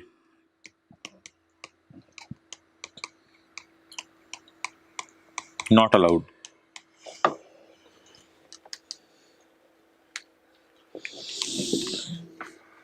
तो 21 के जे की रोशनी में ये नॉट अलाउड है खर्चे, क्या क्या क्या, बाकिर और असद को सैलरी दी है और असद को बोनस दी है। अच्छा, इसको ना मैं किसी वजह से ब्लू मार्कर से लिखने लगा हूं।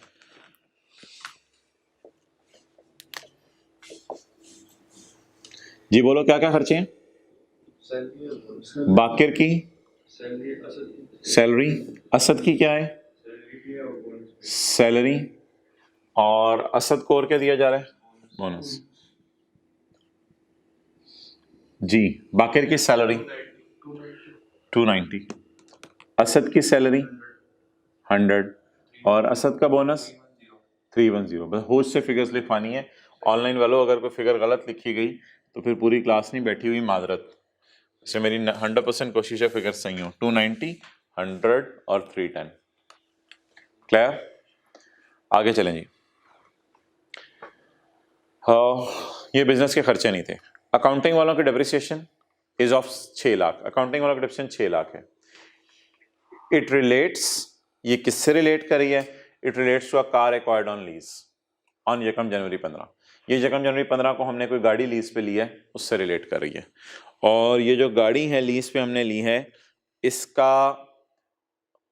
इसकी प्राइस गाड़ी की 30 लाख है। इसकी प्राइस गाड़ी की 30 लाख है।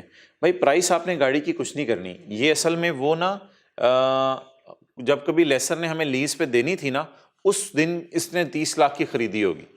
तो अकाउंटिंग डेप्रिसिएशन मिल गई। इट रिलेट्स, इट इंक्लूड्स नहीं, it is car acquired depreciation. ये गाड़ी की अकाउंटिंग, ये लीज वाले एसेट की डेप्रिसिएशन है।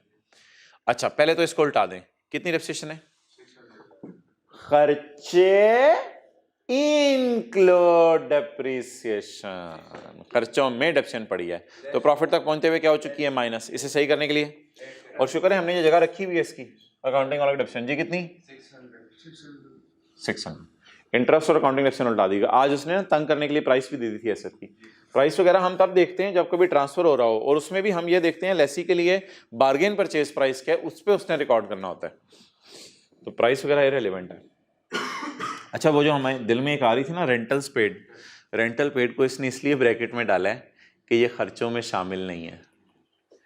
अकाउंटिंग वाले खर्चों में डालते हैं अकाउंटिंग डेप्रिसिएशन और इंटरेस्ट, तो ये खर्चों में शामिल नहीं है। रेंटल इसने ब्रैकेट में डाल दिए।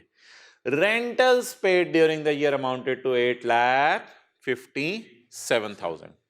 आगे आज बड़ी मजे की लाइन डाली है जो पहले नहीं डाली होती थी। The vehicle has been used 70% for business purpose, अगली लाइन है एंड 30% फॉर पर्सनल यूज। भाई पर्सनल यूज आप छोड़ें परे, मुझे बता दें बिजनेस में कितनी यूज हुई। 70% फॉर बिजनेस पर्पस। आप बता दें कितनी रेंटल माइनस करने की इजाजत है। 8,57,000 माइनस कर लूं या इसका 70%? इसका 70%। अब बच्चे ये सवाल पूछते हैं जब कभी बैठे होते थे कि सर अकाउंटिंग डेप्रिसिएशन को भी फिर 70% करें, सर इंटरेस्ट को भी फिर 70% करें, सर कुछ करें ना सर, ये प्लीज इस तरह करें, इनको भी कुछ 70% करें, कोई मजा नहीं आ रहा। आप कह रहे हैं रेंटल्स मैंने बैंक को पे किए हैं 8,57,000, 8,57,000 का किराया पे करके मैं महीने में 10 दिन में, फर्ज कर लो 10 दिन में 7 दिन गाड़ी बिजनेस के काम के लिए चलाता हूँ, 3 दिन घर वालों को सैर कराता हूँ, फिर 7 दिन बिजनेस के काम के लिए चलाता हूँ, फिर 3 दिन घर वालों को सैर कराता हूँ, 3 दिन में बिजनेस में गाड़ी यूज नहीं करता। तो सर आप रेंटल्स को कह रहे हैं 70% बिजनेस से रिलेट कर रहे हैं, तो सर अकाउंटिंग डिप्रिसिएशन को भी करें 70-30 और इंटरेस्ट को भी करें 70-30। भाई मेरा ये ख्याल नहीं है, ये हकीकत बता रहा हूँ। अकाउंटिंग वालों के जो अकाउंटेंट्स हैं ना वो पहले ही अक्लमंद होते हैं। अकाउंटेंट्स जो है वो सिर्फ उतनी डेप्रिसिएशन और इंटरेस्ट वगैरह माइनस करते हैं जितना बिजनेस से रिलेट कराओ, वो पहले ही सही कैलकुलेशंस करके रखते हैं, उनको समझाना नहीं पड़ेगा हमें। और एक और बात मैं यहाँ आपसे करता चलूँ, मैंने आपको कहा यार इन चक्रों में पढ़ाई ना करें, जिन चीज़ों को उल्टाना होता है ना उनकी ज़्यादा टेंशन नहीं, उन चीज़ों को उल्टाते हुए आपने बस ये देखना है इंक्लूड का लफ्ज़ उनके साथ लिखा होना चाहिए, जितनी प्राइस पे वो इंक्लूड है उनको उससे उल्टा दिया करना है बस। तो उल्टाने वाली फिगर्स में टेंशन नहीं लेनी कि टैक्स वाले इसमें क्या चाहते हैं, बस उल्टाना चुप करके होता है। कितना पड़ा है डेप्रिसिएशन, हमारी बला से जितनी मर्जी पड़ी है बस इसको उल्टा दें। कितना पड़ा है इंटरेस्ट 462, हमारी बला से ये किसका इंटरेस्ट है, कौन सा इंटरेस्ट है, 70 है, 30 है, 100 है, उल्टाते हुए बस सिंपली पाक कर देना होता है। तो आपने अकाउंटिंग डेप्रिसिएशन और इंटरेस्ट से पाक कर दिया, अब रेंटल आपने माइनस करने हैं। अच्छा क्या कभी ऐसा हुआ था वैसे कोई और भी चीज बिजनेस पर्पस वाली माइनस करनी है? हाँ, एक दफा एक एसेट था जो पार्टली बिजनेस पार्टली पर्पस के लिए बिल्डिंग हमने खरीदी थी, तो मैंने उसमें भी कहा था डेप्रिसिएशन सिर्फ उतनी माइनस करना जितनी बिजनेस वाली है। तो रेंटल टैक्स वाले सारे माइनस करने देंगे या टैक्स वाले 70% रेंटल माइनस करने देंगे? 70%। क्लियर? तो टैक्स वाले कितने रेंटल माइनस करने देंगे? 857 का 70%।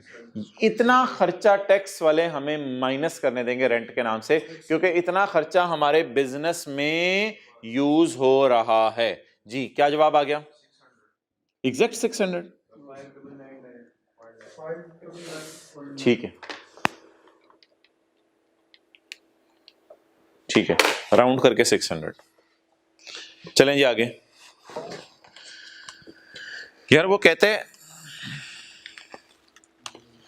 अदर इनकम में कैपिटल गेन इनकम 6 लाख की पड़ी है, आगे ना पढ़ें, ये जब मैं रिक्लासिफाई करूंगा फिर देख लेंगे। अदर इनकम में कैपिटल गेन इनकम कितनी पड़ी है? 6 लाख की from sale of shares of private company. तो बोलो प्रॉफिट तक आते आते कितनी कैपिटल गेन इनकम में डाल चुका? 600 की। जो फिगर जिस अमाउंट से इनक्लूड है उसे उसी अमाउंट से उल्टाना होता है। ये बड़ी बेसिक बात है। ये देखो depreciation include accounting depreciation of 6 lakh, खर्चे include accounting depreciation of 6 lakh, other income include capital gain income of 6 lakh. ये अधूरी बात जो ग्रीन मार्कर से मैंने दोनों जगह हाईलाइट की है, ये बात पढ़नी होती है। जी अदर इनकम में कितनी कैपिटल गेन इनकम पड़ी है? 6 लाख। आगे प्राइवेट कंपनी का लफ्ज़ ना पढ़ो, वो जब कभी कैपिटल गेन में मैं डालने लगूंगा फिर मुझे ये बात याद कराना। तो कितना हो गया जी, प्रॉफिट तक पहुंचते हुए कितनी capital gain income other income का पार्ट बन के ऐड हो चुकी हुई है, इसको क्या कर दें, लेस कर दें। और एक बात लिख दो, मैं री क्लासिफाई करना है, इसको एंड पे याद कराइएगा, ये पेपर में लिखना जरूरी नहीं लेकिन अपने याद रखने के लिए रीक्लासिफाई करना है। फिलहाल इसको बाहर निकालने कितनी है, ये भी 600 है, ओह ऊपर वाली भी 600 थी, फिगर इसको माइनस कर दें। बाकिर का पर्सनल डाटा शुरू हो गया है, ब्रेक लगा दूं यहाँ पे या चलने दूं, ब्रेक लगा दूं यहाँ पे। बाकिर का पर्सनल डाटा शुरू हो गया, इसका मतलब एओपी का न्यूमेरिकल खत्म हो गया, एओपी का न्यूमेरिकल खत्म हो गया। पता नहीं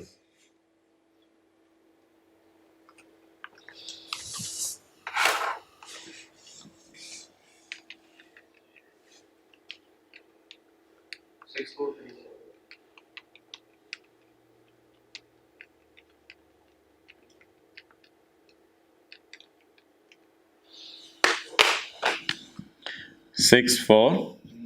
Is it taxable income of AOP? Yes, sir. No, no, no.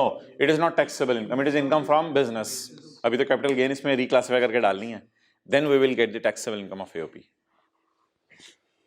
अब यार वर्किंग वन हो गई हमारा ना, वो न्यूमेरिकल अब सॉल्व करते हैं जिस तरह कल किया था। कल याद आ रहे, व्हाइट बोर्ड पे यहाँ 6 लाख लिखा था और 6 लाख पे 10,000 का टैक्स निकाला था, याद आ रहा है AOP का, यहाँ 6 लाख लिखा था, 6 लाख पे 10,000 टैक्स निकाला था। लेकिन एक अजीब सी बात आपसे करूं, कल बड़ी आसानियां थी।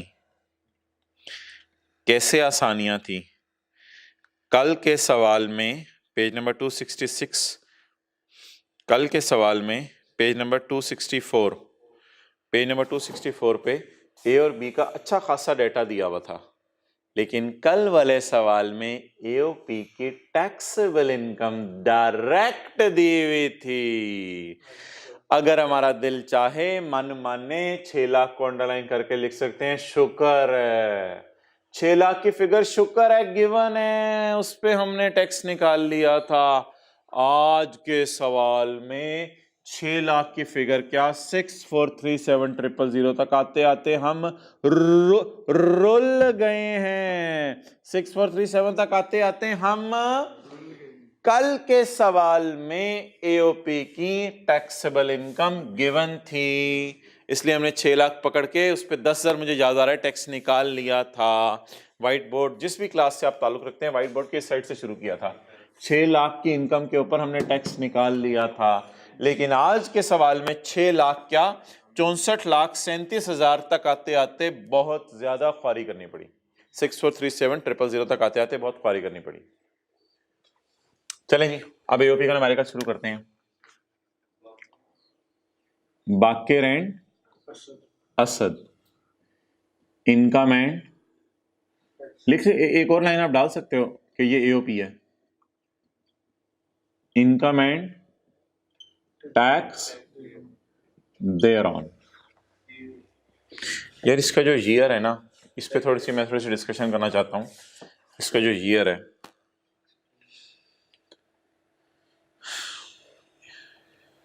इसका ईयर है ना 31 दिसंबर 15 है। इसका मतलब है इसने हुकूमत से इजाज़त ली हुई है कि मेरा स्पेशल टैक्स ईयर है, तो ये साल शुरू हुआ होगा 1 जनवरी 15 को और ख़त्म हुआ होगा 31/12/15 को। पहली बात ये हो गई। दूसरी बात मैं आपसे करता चलूँ कि इसको ना डिनोट टैक्स ईयर 16 से करते हैं, शायद आपको भूल गया हो। इसको टैक्स ईयर 2000 जिसमें आखिरी तारीख गिर रही है, आखिरी तारीख 31 दिसंबर 15 में गिर रही है। इसके बाद कौन सा 30 जून आता है, पहली 2 क्लासें रिवाइज कर लो, यूट्यूब पे भी पड़ी हुई हैं।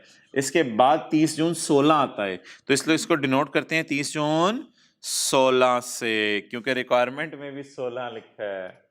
खुदा ना खास्ता ऐसा ना हो जाता कि रिक्वायरमेंट में लिखा होता 16 का सवाल सॉल्व करें, आपने 31 दिसंबर 15 पढ़ के लिखाना था note the data of 16 is not given so I am not solving question. Sir इसमें तो मेरे पूरे नंबर आ गए क्योंकि उसने थोड़ी सी गेम की थी, मुझे समझ आ गया। और पागल गेम नहीं की थी उसने 31 दिसंबर 15 का मतलब 30 जून 16 ही होता है, तो परेशान ना होना कि ऊपर 31 दिसंबर 15 लिखा हुआ है, नीचे 30 जून 16 लिखा हुआ है। असल में ये जो 30 जून 16 लिखा हुआ है ना मोहतरम, ये इसका स्पेशल टैक्स ईयर है। और ये बन पता क्या रहा है, 1 जनवरी 15 से 31 दिसंबर 15, और बिल्कुल इसको टैक्स ईयर 16 ही कहते हैं।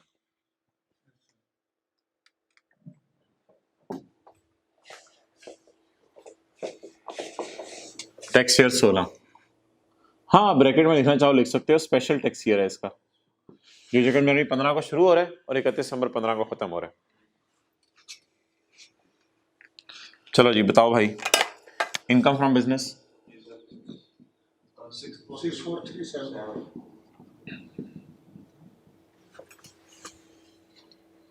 6437 रुपीज इन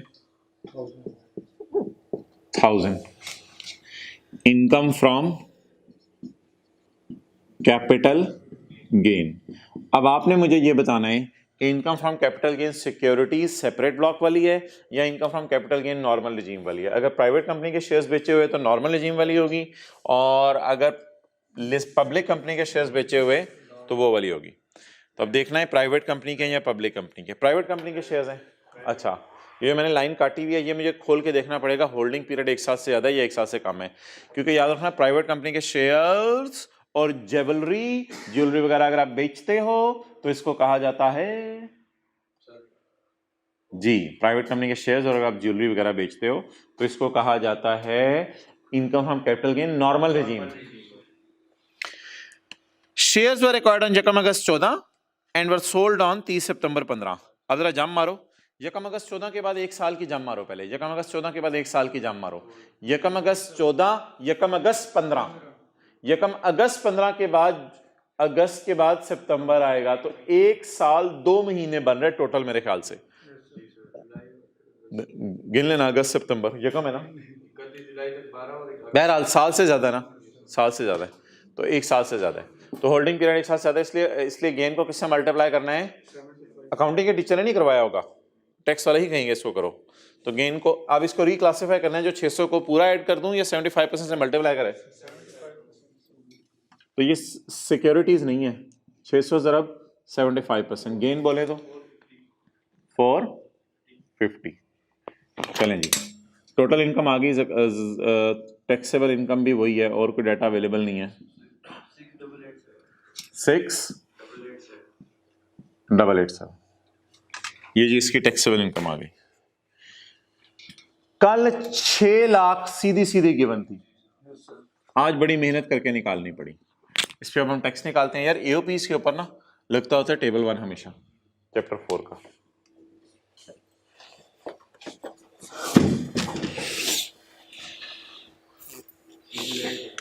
हाँ जी, पेज नंबर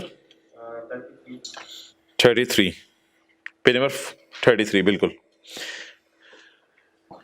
6437 नहीं 688700, तो 688700 तो आखिरी सीरियल लगेगा।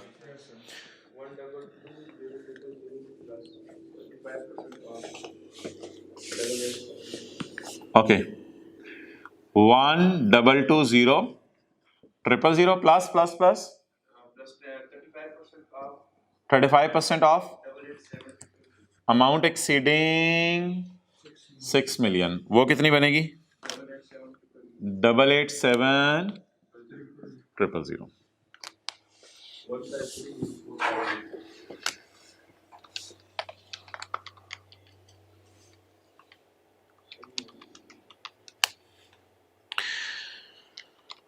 डबल 877000 सारे निकालो, 0.35 जमा 12200000। ये जो जवाब आएगा इसे हम डिवाइड करेंगे 1000 से, तो क्या आ गया बताओ?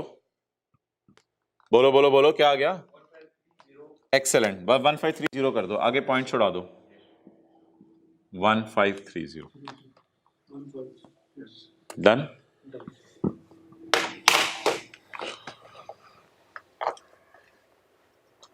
कल जिस भी क्लास में हम बैठे हुए थे, शायद आप लोगों को याद हो कि इसके बाद हमने पार्टनर का न्यूमेरिकल शुरू किया था, और कल वाले सवाल में पार्टनर ए और पार्टनर बी। लेकिन उससे पहले हमने यहां पे एक वर्किंग की थी, उस वर्किंग का नाम याद है? Divisible income. तोड़ो तोड़ो, हमने तोड़ा था हिस्सा 2 के अंदर। तो इससे पहले हमने क्या की थी? Divisible income. क्या ये एओपी के न्यूमेरिकल का पार्ट है या पार्टनर के न्यूमेरिकल शुरू करने से पहले की एक वर्किंग है? ये पार्टनर के न्यूमेरिकल शुरू करने से पहले की एक वर्किंग है। अब हम इनकम को क्या करने लगे हैं, बोले ब्रेक करने लगे हैं। यहां तक पहले नोट कर लें।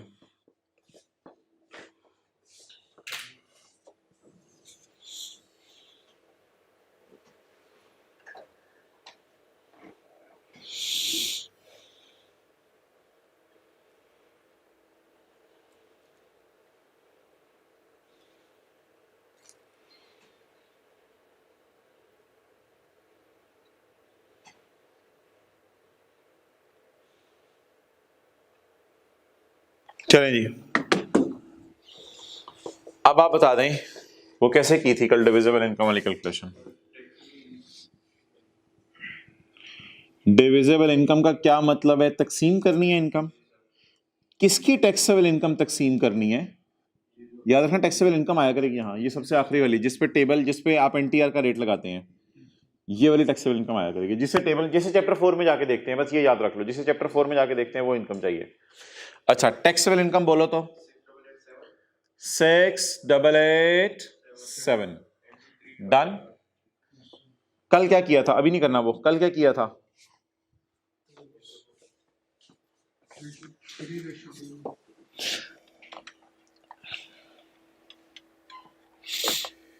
कल किया था हमने 3/5 और 2/5, और आज भी वही करना है। 3:2 का मतलब होता है 5 टोटल, 3/5 और 2/5। अभी अभी आपने नहीं करना, बाकिर को और असद को 3/5 और, लेकिन मोहतरम आज ऐसे नहीं करना। अभी ये क्या हो रहा है, क्या पढ़ाया जा रहा है हमें। हाँ, आज ऐसे नहीं करना, आज नहीं करेंगे 3/5 2/5।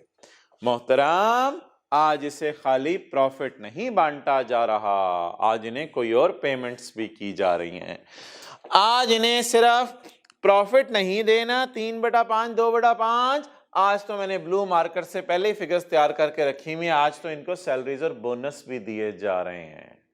तो अब एक वर्किंग होने लगी है, बिल्कुल नई वर्किंग, जरा गौर से देखते रहने आपने। एक वर्किंग आज ब्रिज बनाने के तौर पे हमें करनी पड़ेगी। ये तो मैंने सही लिखा हुआ था टैक्सेबल इनकम, इसको मैं दोबारा लिख देता हूं। टैक्सेबल इनकम को डिविजिबल इनकम कहना है, यानी इसी को डिवाइड किया करना है। डिवाइड करने का तरीका क्या होगा, डिवाइड करने का तरीका ये होगा, आप समझ लो बस ये डबल अंडरलाइन लगा के मैंने क्लोज कर दी। अब इसे मैंने तकसीम करना है। तकसीम करने का तरीका ये होगा कि हम ना अटेंटिव रहने, सिर्फ 1-2 मिनट, सादा सी कैलकुलेशन है।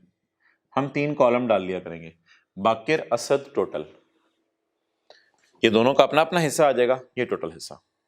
इसके बाद वो जो न्यूमेरिकल में मैंने ब्लू से करके लिखी हुई है ना चीजें, ये पार्टनर को पेमेंट्स हैं, इनको पहले ये पेमेंट्स दे दो, अगर ये पेमेंट्स देके कुछ बचे फिर प्रॉफिट बांट दो। तो 6887 को पहले इस्तेमाल करो ये पेमेंट्स देने में। क्लियर? तो ये रूल है, इसी को याद रखना है, आसान सी कैलकुलेशन है, जरा समझ लें। इसको बोलें बांटना कितना है हमने, ये मैं यहां से यहां लाया हूं, देखो एरो क्लोज कहां हो रहा है। इनको बांटना कितना है 688, किस किस नाम से बांटना है वो मेरी मर्जी। बाकिर इधर आओ, जी जी जी, तुम्हारी सैलरी अबू बकर यहां तक आ रहे 290। असद इधर आओ, तुम्हारी सैलरी, जी जी जी जी जी। बाकिर इधर आओ, भाग जाओ। असद इधर आओ, बैठो, तुम्हारा बोनस। असल में पार्टनर जो है ना, ये ज्यादा टाइम दे रहा होगा दुकान को, ये कम टाइम दे रहा होगा। ये कस्टमर बाहर से घेर के नहीं लाता होगा, ये कस्टमर बाहर से घेर के लाता होगा, इस वजह से इनको कुछ पेमेंट्स की जा रही हैं। 6887 एओपी ने कमाया है, इसमें से पहले इनको इनकी तनख्वाहें दें, फिर इनको इनके बोनस दें।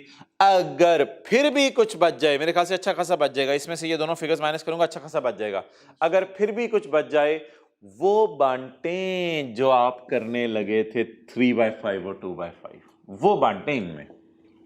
तो छोटी सी बात है, नई बात है, भूलेगी तो नहीं, आसान सी चीज है।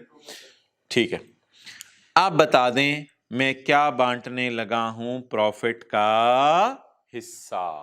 प्रॉफिट का हिस्सा। किस प्रॉफिट को किस रेशो में बांटना है, इसके लिए आपकी अन्नी अटेंशन चाहिए मुझे। किस प्रॉफिट को किस रेशो में बांटना है? मोहतरम, प्रॉफिट पैसे पता कैसे आएगा? 6887 पकड़िए लेटर जरा।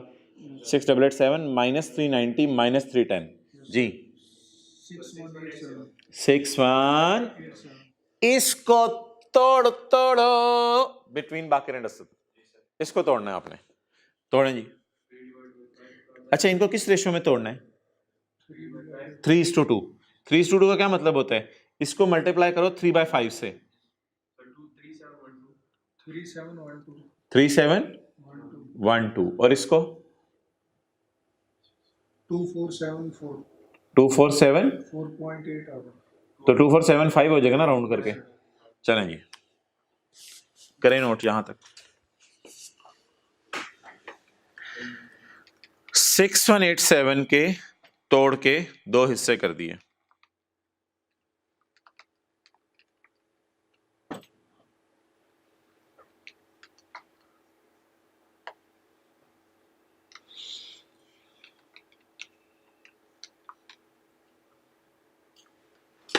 डन। अच्छा, इस तरह की ना एक वर्किंग इंट्रो की क्लास में करते थे। जिन्होंने इंट्रो पढ़ा है उनसे बात कर रहा हूँ, बाकी लोग बेशक इग्नोर कर दीजिएगा, बात कोई इंपॉर्टेंट बात नहीं है।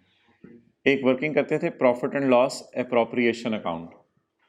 उसमें आप लिखते थे नेट प्रॉफिट 100 रुपया, यानी प्रॉफिट जो आया, जैसे मैंने 6887 लिखा।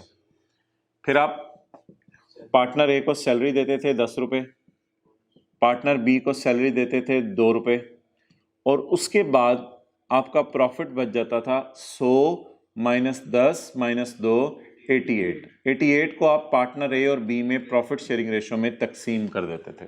कुछ इस तरह की वर्किंग होती थी इंट्रो की क्लास में। याद आ रही है? ठीक है, कुछ ने इंट्रो नहीं पढ़ी हुई, कोई मसला ही नहीं है, आसान सी कैलकुलेशन थी। कल ऐसा क्यों नहीं किया था? सर कल पार्टनर की सैलरी नहीं अवेलेबल थी, पार्टनर का बोनस नहीं अवेलेबल था। कल भी यही करना चाहिए था, आज भी यही करना है, लेकिन कल असल में डेटा आसान था, इसलिए हमने एसेट ट्री बना लिया था।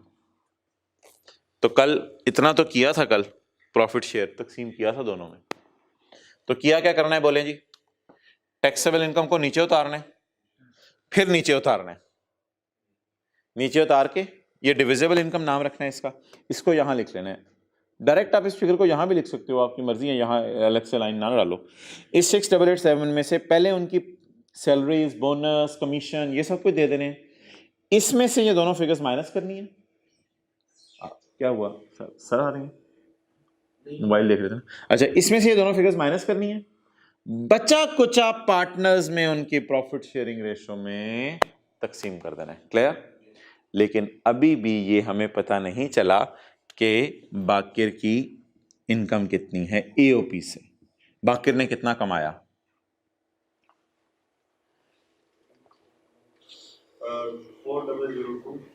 4002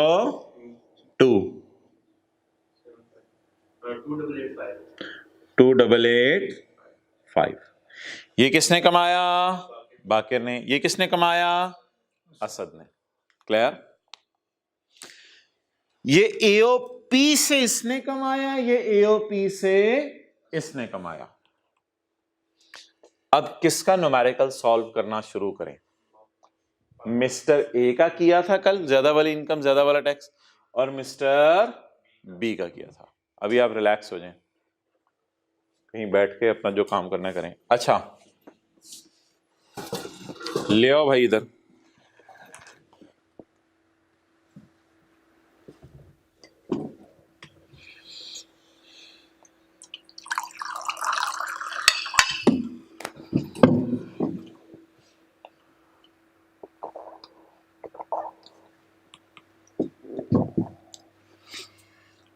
बाकिर पर्सनल डाटा। किसका डाटा? बाकिर का personal data. During the year, इस साल, Baqir besides his share in the firm, Baqir ने अपने फर्म के शेयर के अलावा इंजॉयड इनकम्स इनकम्स भी कमाई और बर्दाश्त किए लॉसेस भी बर्दाश्त किए from the sources given below. चलें जी, बाकिर की इनकम फ्रॉम अदर सोर्स कितनी है यार? किसकी जाती इनकम है? Share of loss from another AOB. अबे ये क्या आ गया यार? मैंने आपको बताया नहीं था, सुबह सुबह ना मैं बाकिर से मिल के आया था, तो बाकिर बड़ा परेशान था। मैंने कहा बाकिर क्या हुआ, क्या हुआ बाकिर, क्या हुआ, बताओ बताओ बाकिर, बताओ बाकिर क्या हुआ। बाकिर ने कहा यार एक और एओपी है। बाकिर मैंने सुना था तेरी असद के साथ एओपी है। हाँ यार एक और एओपी है। बाकिर कौन सी? कहते हैं बाकिर एंड जरदारी।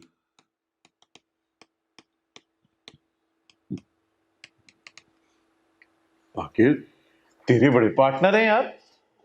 कहते लेकिन वहां से ना मुझे लॉस आ गया। उस एओपी से मुझे क्या आ गया? शेयर ऑफ लॉस आया। शेयर है इसका, ये इसके ऊपर परसेंट नहीं लगाने की जरूरत, उसका लॉस का शेयर है। इस एओपी से तो इसको 4002 का प्रॉफिट आया है और उस एओपी से 35 का लॉस आया है। इस एओपी से क्या आया रे तुझे? इस एओपी से क्या आया रे तुझे? इस एओपी से इस प्रॉफिट और अनदर उस एओपी से क्या आया? लॉस है। अच्छा मैं इधर आके बैठ गया था, इसका मतलब ये नहीं था कि इस बाकिर एंड जरदारी वाली होगी है। तो share of loss from an another AOP is 35,000। इसको देखते हैं यार अभी क्या करना है। ज़कात पे किया उसने और प्राइवेटाइजेशन कमीशन में इसने शेयर्स बाय किए हैं। वो मैंने कहा जरा टैक्स क्रेडिट आपके रिवाइज हो जाएंगे। कल भी टैक्स क्रेडिट निकाला था तो जरा टैक्स क्रेडिट रिवाइज हो जाएगा। तो प्राइवेटाइजेशन कमीशन से शेयर खरीदने पे भी टैक्स माफ होता है। तो बता दें जी, इनकम फ्रॉम अदर सोर्सेज की ऐड कर देते हैं, ज़कात इसमें से माइनस कर देते हैं। इसका इंशाल्लाह मैं आपको बता दूंगा अभी क्या करना है। किसका न्यूमेरिकल सॉल्व करना शुरू करें जी? मिस्टर बाकिर का।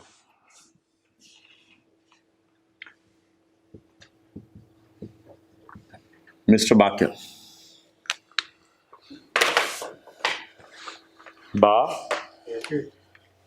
क्या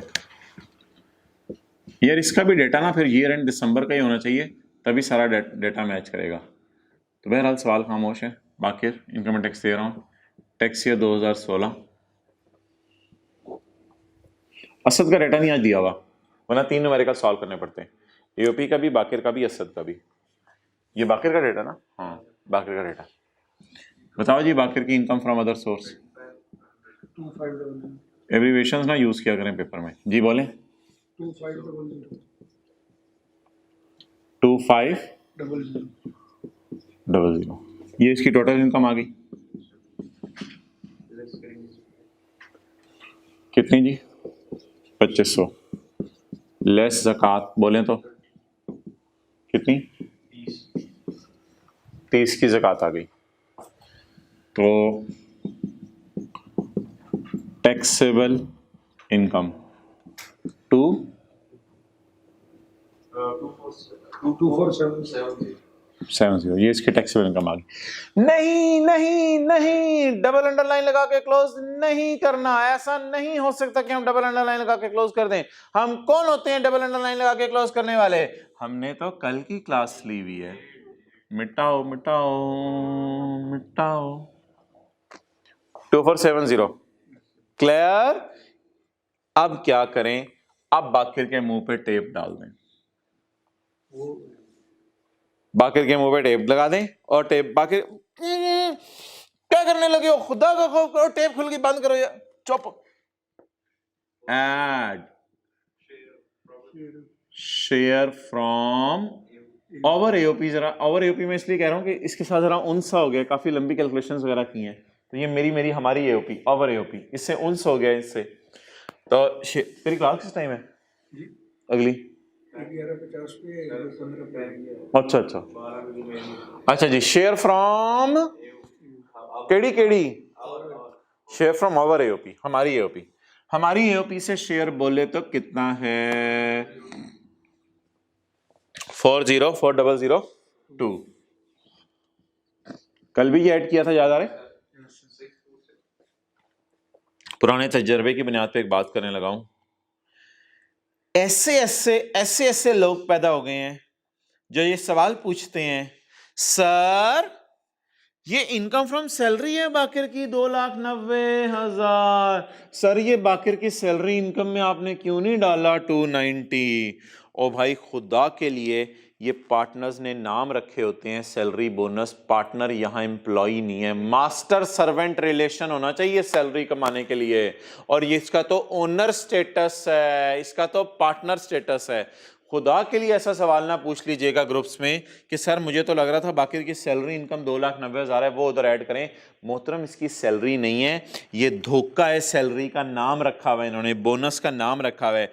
असल में मिल मिला के ये पार्टनरशिप फॉर्म से 4002 लेके जा रहे हैं जिसमें ये भी शामिल है, और ये सैलरी नहीं है, ये पार्टनरशिप की डिविजिबल इनकम डिवाइड हो रही है इनको, ये सैलरी नहीं है। इसको सैलरी इनकम फ्रॉम सैलरी ना खुदा के लिए कह देना। 4002 में ये शामिल है दोनों पे। तो ये 4002 क्या है? ये एओपी से आया हुआ हिस्सा है। अच्छा, अब कल वाली बातें जरा रिवाइज करा दूं। कल हमने सेक्शन 92 पढ़ा था। सेक्शन 92 में लिखा हुआ था AOP shall pay tax separately from its members, ये हमने पहली बात पढ़ी थी। दूसरी बात पढ़ी थी and where AOP has paid the tax, कल 6 लाख पे 10,000 था। Where AOP has paid the tax, the share of partner from the income of AOP shall be exempt, shall be, लेकिन इन द एंड हमने जाके पढ़ा था एग्जाम्ड उस तरह का नहीं है, कुछ इसके साथ करना पड़ेगा। अच्छा, अब यहां तो लॉ मेकर ने इसकी जान ले ली।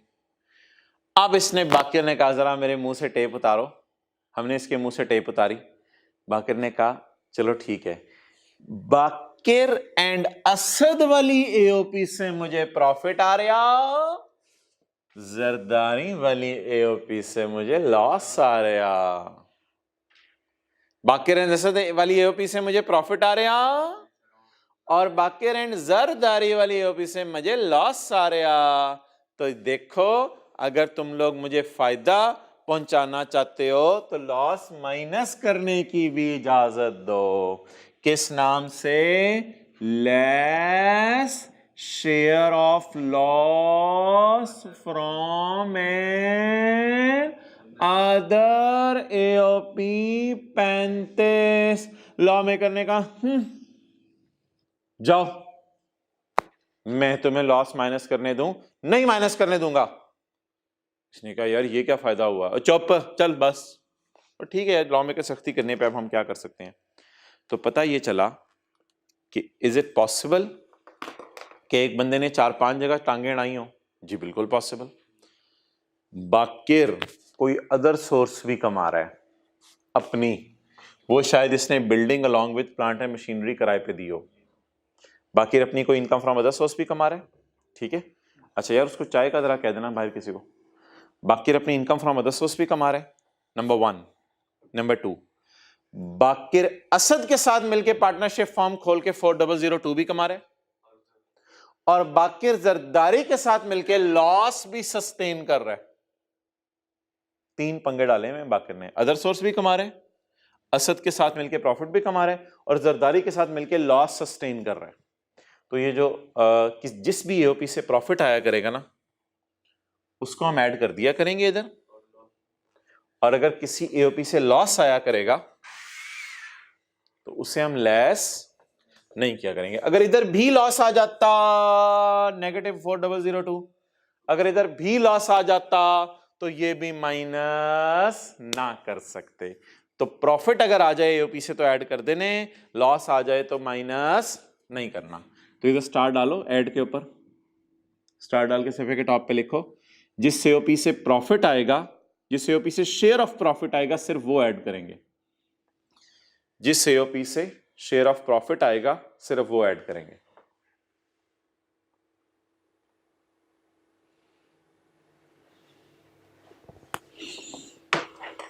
अच्छा जी, आप बता दो जो शेयर ऑफ लॉस है, share of loss an other AOP का, वो माइनस करने की इजाजत है? नहीं यार, ये कल भी 2 दफा टैक्सेबल इनकम आ रही थी, आज भी 2 दफा टैक्सेबल इनकम आ रही है। चलें खैर है, 6472 सही अच्छा चलें जी आगे, ये आ गई टैक्सेबल इनकम। आप बताओ जी ये कौन सी है? कम वाली इनकम, ज्यादा वाली इनकम। ये कम वाली है और ये ज्यादा वाली है। अब हम क्या करें, ज्यादा वाली इनकम पे ज्यादा वाला टैक्स निकाल लें, ज्यादा वाली इनकम पे ज्यादा वाला टैक्स निकाल लें। यार ये बाकी इंडिविजुअल है, तो अब हमें इसके न्यूमेरिकल सॉल्व करने के लिए चैप्टर 4 में जाना पड़ेगा। सैलरी को कमा नहीं रहा तो इसलिए टेबल 1 लगेगा। सैलरी सलूरी कमा नहीं रहा तो शहजादे पे टेबल 1 लगेगा। लगाएं जी टेबल 1, जान लेने शहजादे की। Page number 33। टैक्स यार निकलवा देना जरा। 6 मिलियन से ज्यादा है इसकी इनकम, 647200। तो आखिरी सीरियल लगेगा, बताओ यार। 0 जमा 35% ऑफ 47200।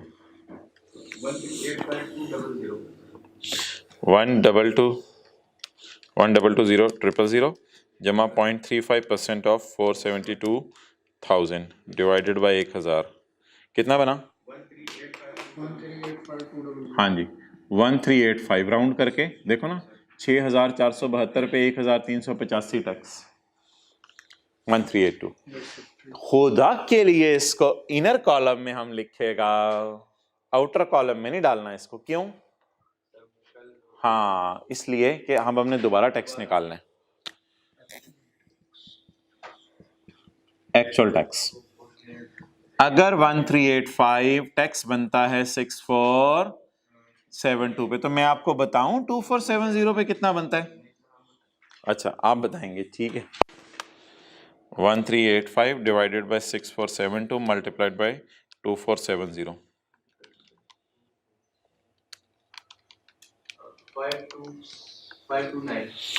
529 कर रहा हूँ क्योंकि 528.7 आ रहा है, नहीं 528.5 आ रहा है, तो पॉइंट को उड़ा देंगे 5 को, तो ये इसलिए 529 बन जाएगा। 529 ये इसका कौन सा टैक्स बन गया? Actual tax. अब बोलो जरा, मिली नगमा जो था, ज्यादा वाली इनकम पे ज्यादा वाला टैक्स, कम वाली इनकम पे कम वाला टैक्स, ज्यादा वाली इनकम पे ज्यादा वाला टैक्स, कम वाली इनकम पे कम वाला टैक्स। तो अब ये कम वाला टैक्स निकला है। अब हमने क्या देना है? Tax credit. अब हमें टैक्स क्रेडिट देना है।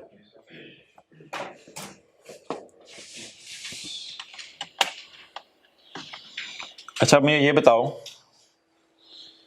कि अदर सोर्स ले गए 25 लाख, शेयर ऑफ लॉस को फारिग कर दिया, ज़कात माइनस कर दी हमने, और investment in shares of privatisation commission of Pakistan. तो ये जाके सेक्शन 62 देख लेते हैं। अच्छा वैसे प्राइस याद कर जाओ, 50,000 या 50 ले लेते हैं ना, 50 ले लेते हैं। तो टैक्स क्रेडिट्स का चैप्टर, टैक्स क्रेडिट्स के चैप्टर में शुरू में ही पेज नंबर 66। डन जी बिल्कुल, ये वाला सेक्शन है। और प्राइवेटाइजेशन कमीशन ऑफ पाकिस्तान को मैंने हाईलाइट किया हुआ है। Cost of acquiring the shares 20% of taxable income और 2 million which ever is lower. लेकिन पहले ए और बी तो चाहिए ना मुझे। यार कल जाते जाते मैंने पढ़ाया था कि आपने टैक्स क्रेडिट देने अंडर सेक्शन 62 कैसे, ए ओवर बी इंटू सी। आपको याद हो कि ना याद हो, मुझे याद है मैंने कहा था ए ज्यादा वाला टैक्स लेना है और बी ज्यादा वाली टैक्सेबल इनकम लेनी है। तो ए ज्यादा वाला टैक्स लेना है और बी ज्यादा वाली टैक्सेबल इनकम लेनी है। तो ज्यादा वाली इनकम पे ज्यादा वाला tax 1385 divided by 6472। 1385 divided by 6472 into C is lower of, C is lower of। क्या क्या करना है जी? Cost of acquiring the share, वो याद है 50,000। अच्छा 50,000 को अगर मैं 50 लिख लूं तो बुरा तो नहीं लगेगा? 50,000 को 50 लिख लेता हूं और 20% ऑफ टैक्सेबल इनकम। ये कल मैंने जाते जाते कहा था लोअर वाली लेनी है, ये ना ज्यादा वाली नहीं लेनी। ये मैंने सीज लोअर ऑफ में कहा था कि टैक्सेबल इनकम आपने कम वाली लेनी है, ये जाते जाते कहा था कल। 20% ऑफ 2470 दैट कम्स टू जी 494। अच्छा तीसरी फिगर 2 मिलियन है, लेकिन मैं इसको आखिरी 3 जीरो उड़ा के 2000 लिख रहा हूं। अब बता दें 50, 494 और 2000 में से क्या लोअर है? 50।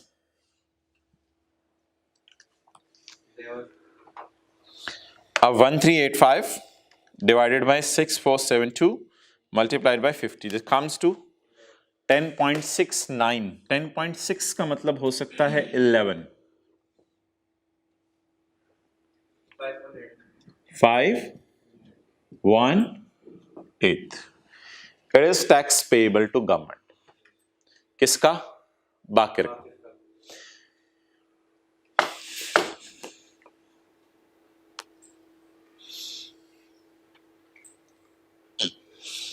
अच्छा यार आज हमें वर्किंग 1 क्यों करनी पड़ी है?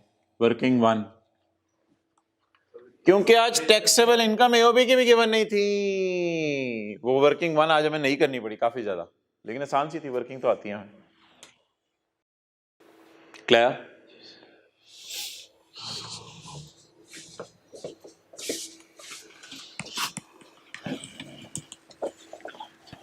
अब यार इसको पढ़ लो।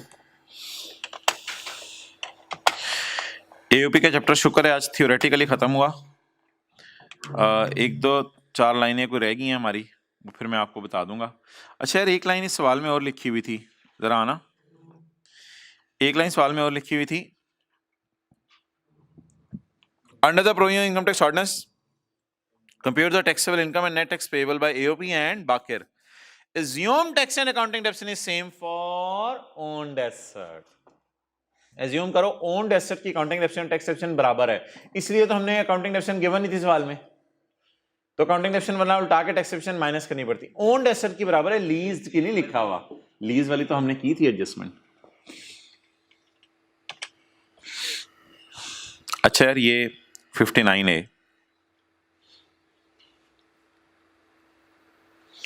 59A में ना मैं पहले दूसरी वाली लाइन पढ़ूंगा फिर बाद में पहली वाली। 59A A partner of an AOP cannot minus, इसको माइनस लिख लो, ये सेट ऑफ कैरी फॉरवर्ड के लफ्ज़ ना लॉसेस के चैप्टर में आएंगे, फिर आप ज्यादा कंफर्टेबल हो गए इनसे। दोबारा पढ़ो। A partner of an AOP cannot minus the loss of AOP against his income। आगे लिखो 35,000, आगे लिखो 35,000, पहला सफा चैप्टर का।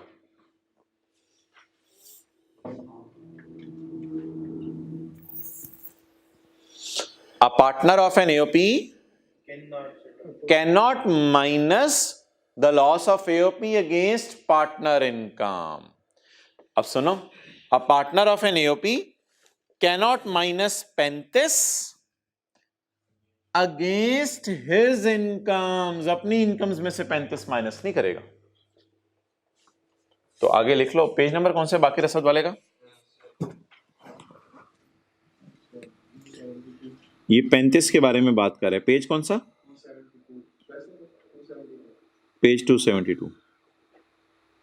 आंसर तो उसका दिया नहीं हो ना, आंसर हमने इधर ही किया। डान आगे चलें। In case of an AOP, अच्छा यार फिर 35,000 का बनेगा क्या? वैसे ये आपको मैं ना लॉसेस के चैप्टर में पढ़ाऊंगा। 35,000 का बनेगा क्या? 35,000 का लॉस जो है ना किसको आया है? एओपी को आया ना, जरदारी वाली एओपी को, जरदारी वाली एओपी में से बाकिर को आया ना। जज़ाकल्लाह, बस ठीक है, जरदारी वाली एओपी में से बाकिर को लॉस आया ना। अब इस 35,000 का बनेगा क्या? ये आपने लॉसेस का चैप्टर अभी नहीं पढ़ा हुआ, ये आपने नहीं पढ़ा हुआ। ये मैं लाइन पढ़ा देता हूं, समझ आ गई ठीक है, ना समझ आई कोई मसला नहीं। कम से कम आप ऐसा करो 4A को टेक कर लो। 4A मेरी तरफ से ओवर हो गया। 3 लाइन समझ आ गई ठीक है, ना समझ आई तो आगे लिख लो। चैप्टर लॉसेस का कौन सा है? 13 है चैप्टर नंबर। अगला चैप्टर खोल के देखना था। 14. In case of an AOP, any loss of AOP, member में से तो माइनस नहीं होना, shall be minus against the income of AOP. आगे लिखें of next years, of next years. आगे लिखें of next years.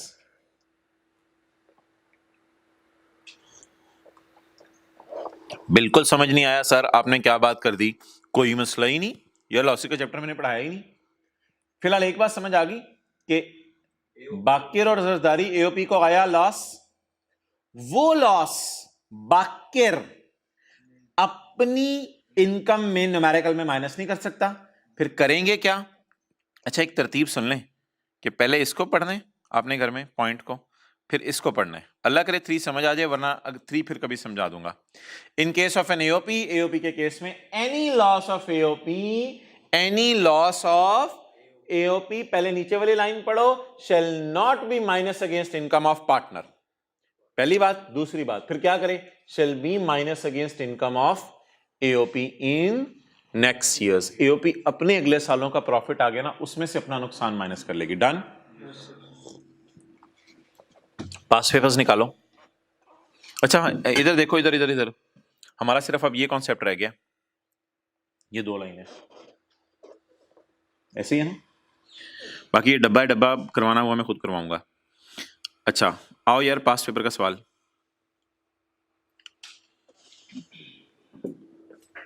एक चीज में देख लो, हाँ ठीक है, सही है। Describe the principles of taxation of an AOP. यार ये सेक्शन की हेडिंग है, principles of taxation of AOP. इसके जवाब में 92 लिख के आएंगे। डन। आगे पढ़ें। Explain the provisions of law regarding principles of taxation of AOP. वही सवाल है, वही सेम। अगला सवाल पढ़ो, 1 मिनट में आपको दे रहा हूं।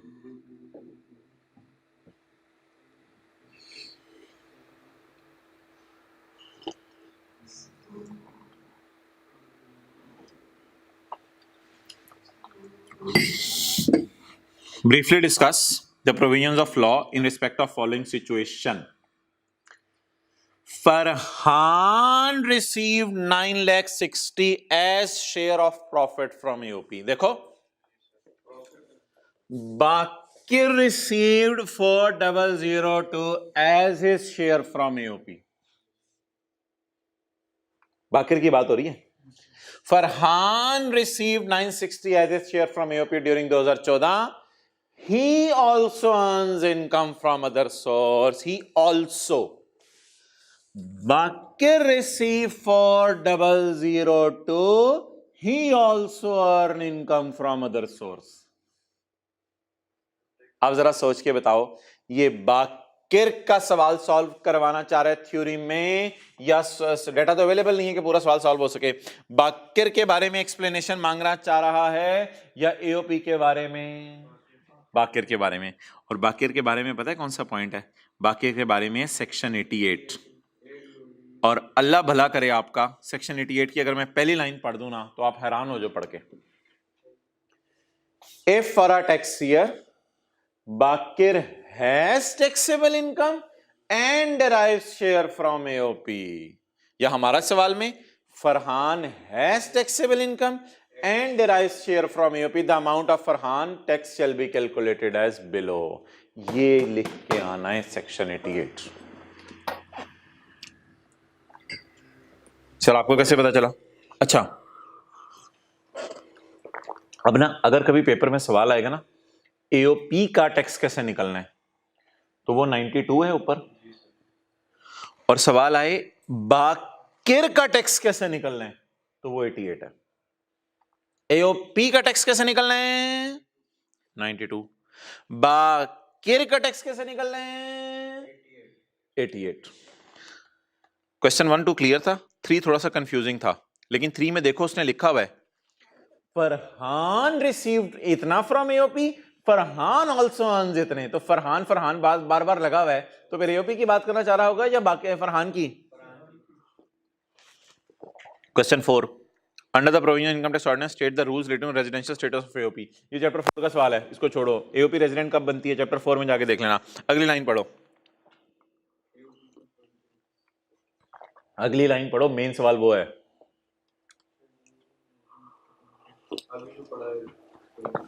Also explain the taxability of income of AOP. नहीं, आप नीचे वाला सवाल पढ़ने लगे थे।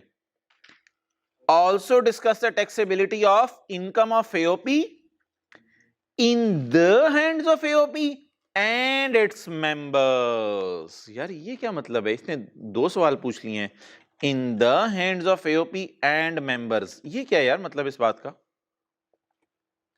in the hands of AOP and members। इधर देखो, in the hands of AOP section 92, in the hands of member section 88। दोनों पूछ लिए, बड़ा तेज निकला। आके लिखें ऊपर सेक्शन 92 के, इन the hands of AOP discussion हो रही है इस पैसे की।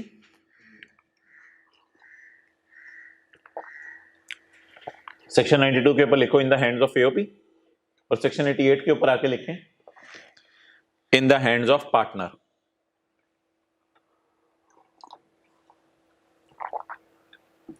भाई वो आखिरी एडजस्टमेंट, मैं कोई और बात कर रहा हूँ रिकॉर्डिंग में, आप ना सुनिएगा। वो आखिरी एडजस्टमेंट कर लो, सेल ऑफ फिक्स एक्सचेंज हो रहे हैं जो, वो डिस्कस करनी है मैंने गोल्डन वाले सवाल में। हाँ, सबसे आखिरी एडजस्टमेंट इस बार कर लो, वो डिस्कस करनी है मैंने। वापस आ जाए, इन the hands of AOP and in the hands of. अब मुझे बताओ, इन द हैंड्स ऑफ एओपी में लिख के आएंगे section 92। In the hands of AOP में क्या लिख के आएंगे, section 92। The AOP shall pay tax separately from the members. और in the hands of members में क्या लिख के आएंगे, सेक्शन 88। 92 में भी 2-3 लाइनें हैं, 88 में तो पूरा फॉर्मूला है। नंबर शायद मुझे थोड़े कम लग रहे हैं, ज्यादा है, ठीक है। हाँ ठीक है, 5 नंबर है ना, 5 नंबर में लिख दो ना, दोनों सेक्शन लिख देना। पहले 5 नंबर में सिर्फ 88 मैंने लिखवाया, 5 नंबर में दोनों लिखवा रहा हूँ, रेजिडेंशियल स्टेटस भी लिखवा रहा हूँ, तो शॉर्ट करके थोड़ा लिख देना जैसे भी कर सके। State the rules relating to set off and carry forward of losses of AOP and its. ये तो लॉसेस को अंडरलाइन कर रहा हूँ, लॉसेस का तो वही की पॉइंट है जो हमने आज पढ़ा है, और इसकी तफसील इंशाल्लाह लॉसेस के चैप्टर में समझ आएगी। अच्छा यार, अब ना 2 सवाल हैं, चैप्टर 19 में आओ, ताहिर वाला सवाल ढूंढो, ताहिर वाला कौन सा है, 20 है कौन सा, ताहिर वाला सवाल पेज 377।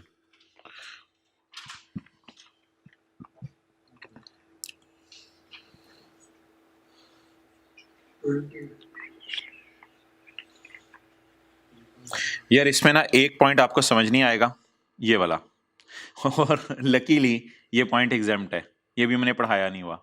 ये पॉइंट क्या है, एग्जाम्प्ट है, यानी इसने इनकम पे टैक्स देना है या नहीं देना। ये पॉइंट मैंने आपको पढ़ाया भी नहीं हुआ, आपको समझ भी नहीं आएगा। इसकी इनकम माफ है, इसको पढ़ना भी नहीं है।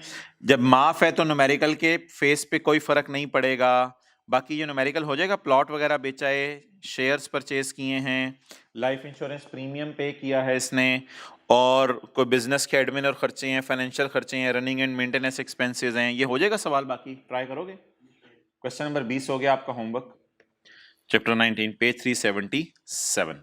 डन, चलें जी, ओवर। इंशाल्लाह अगली क्लास में मिलते हैं।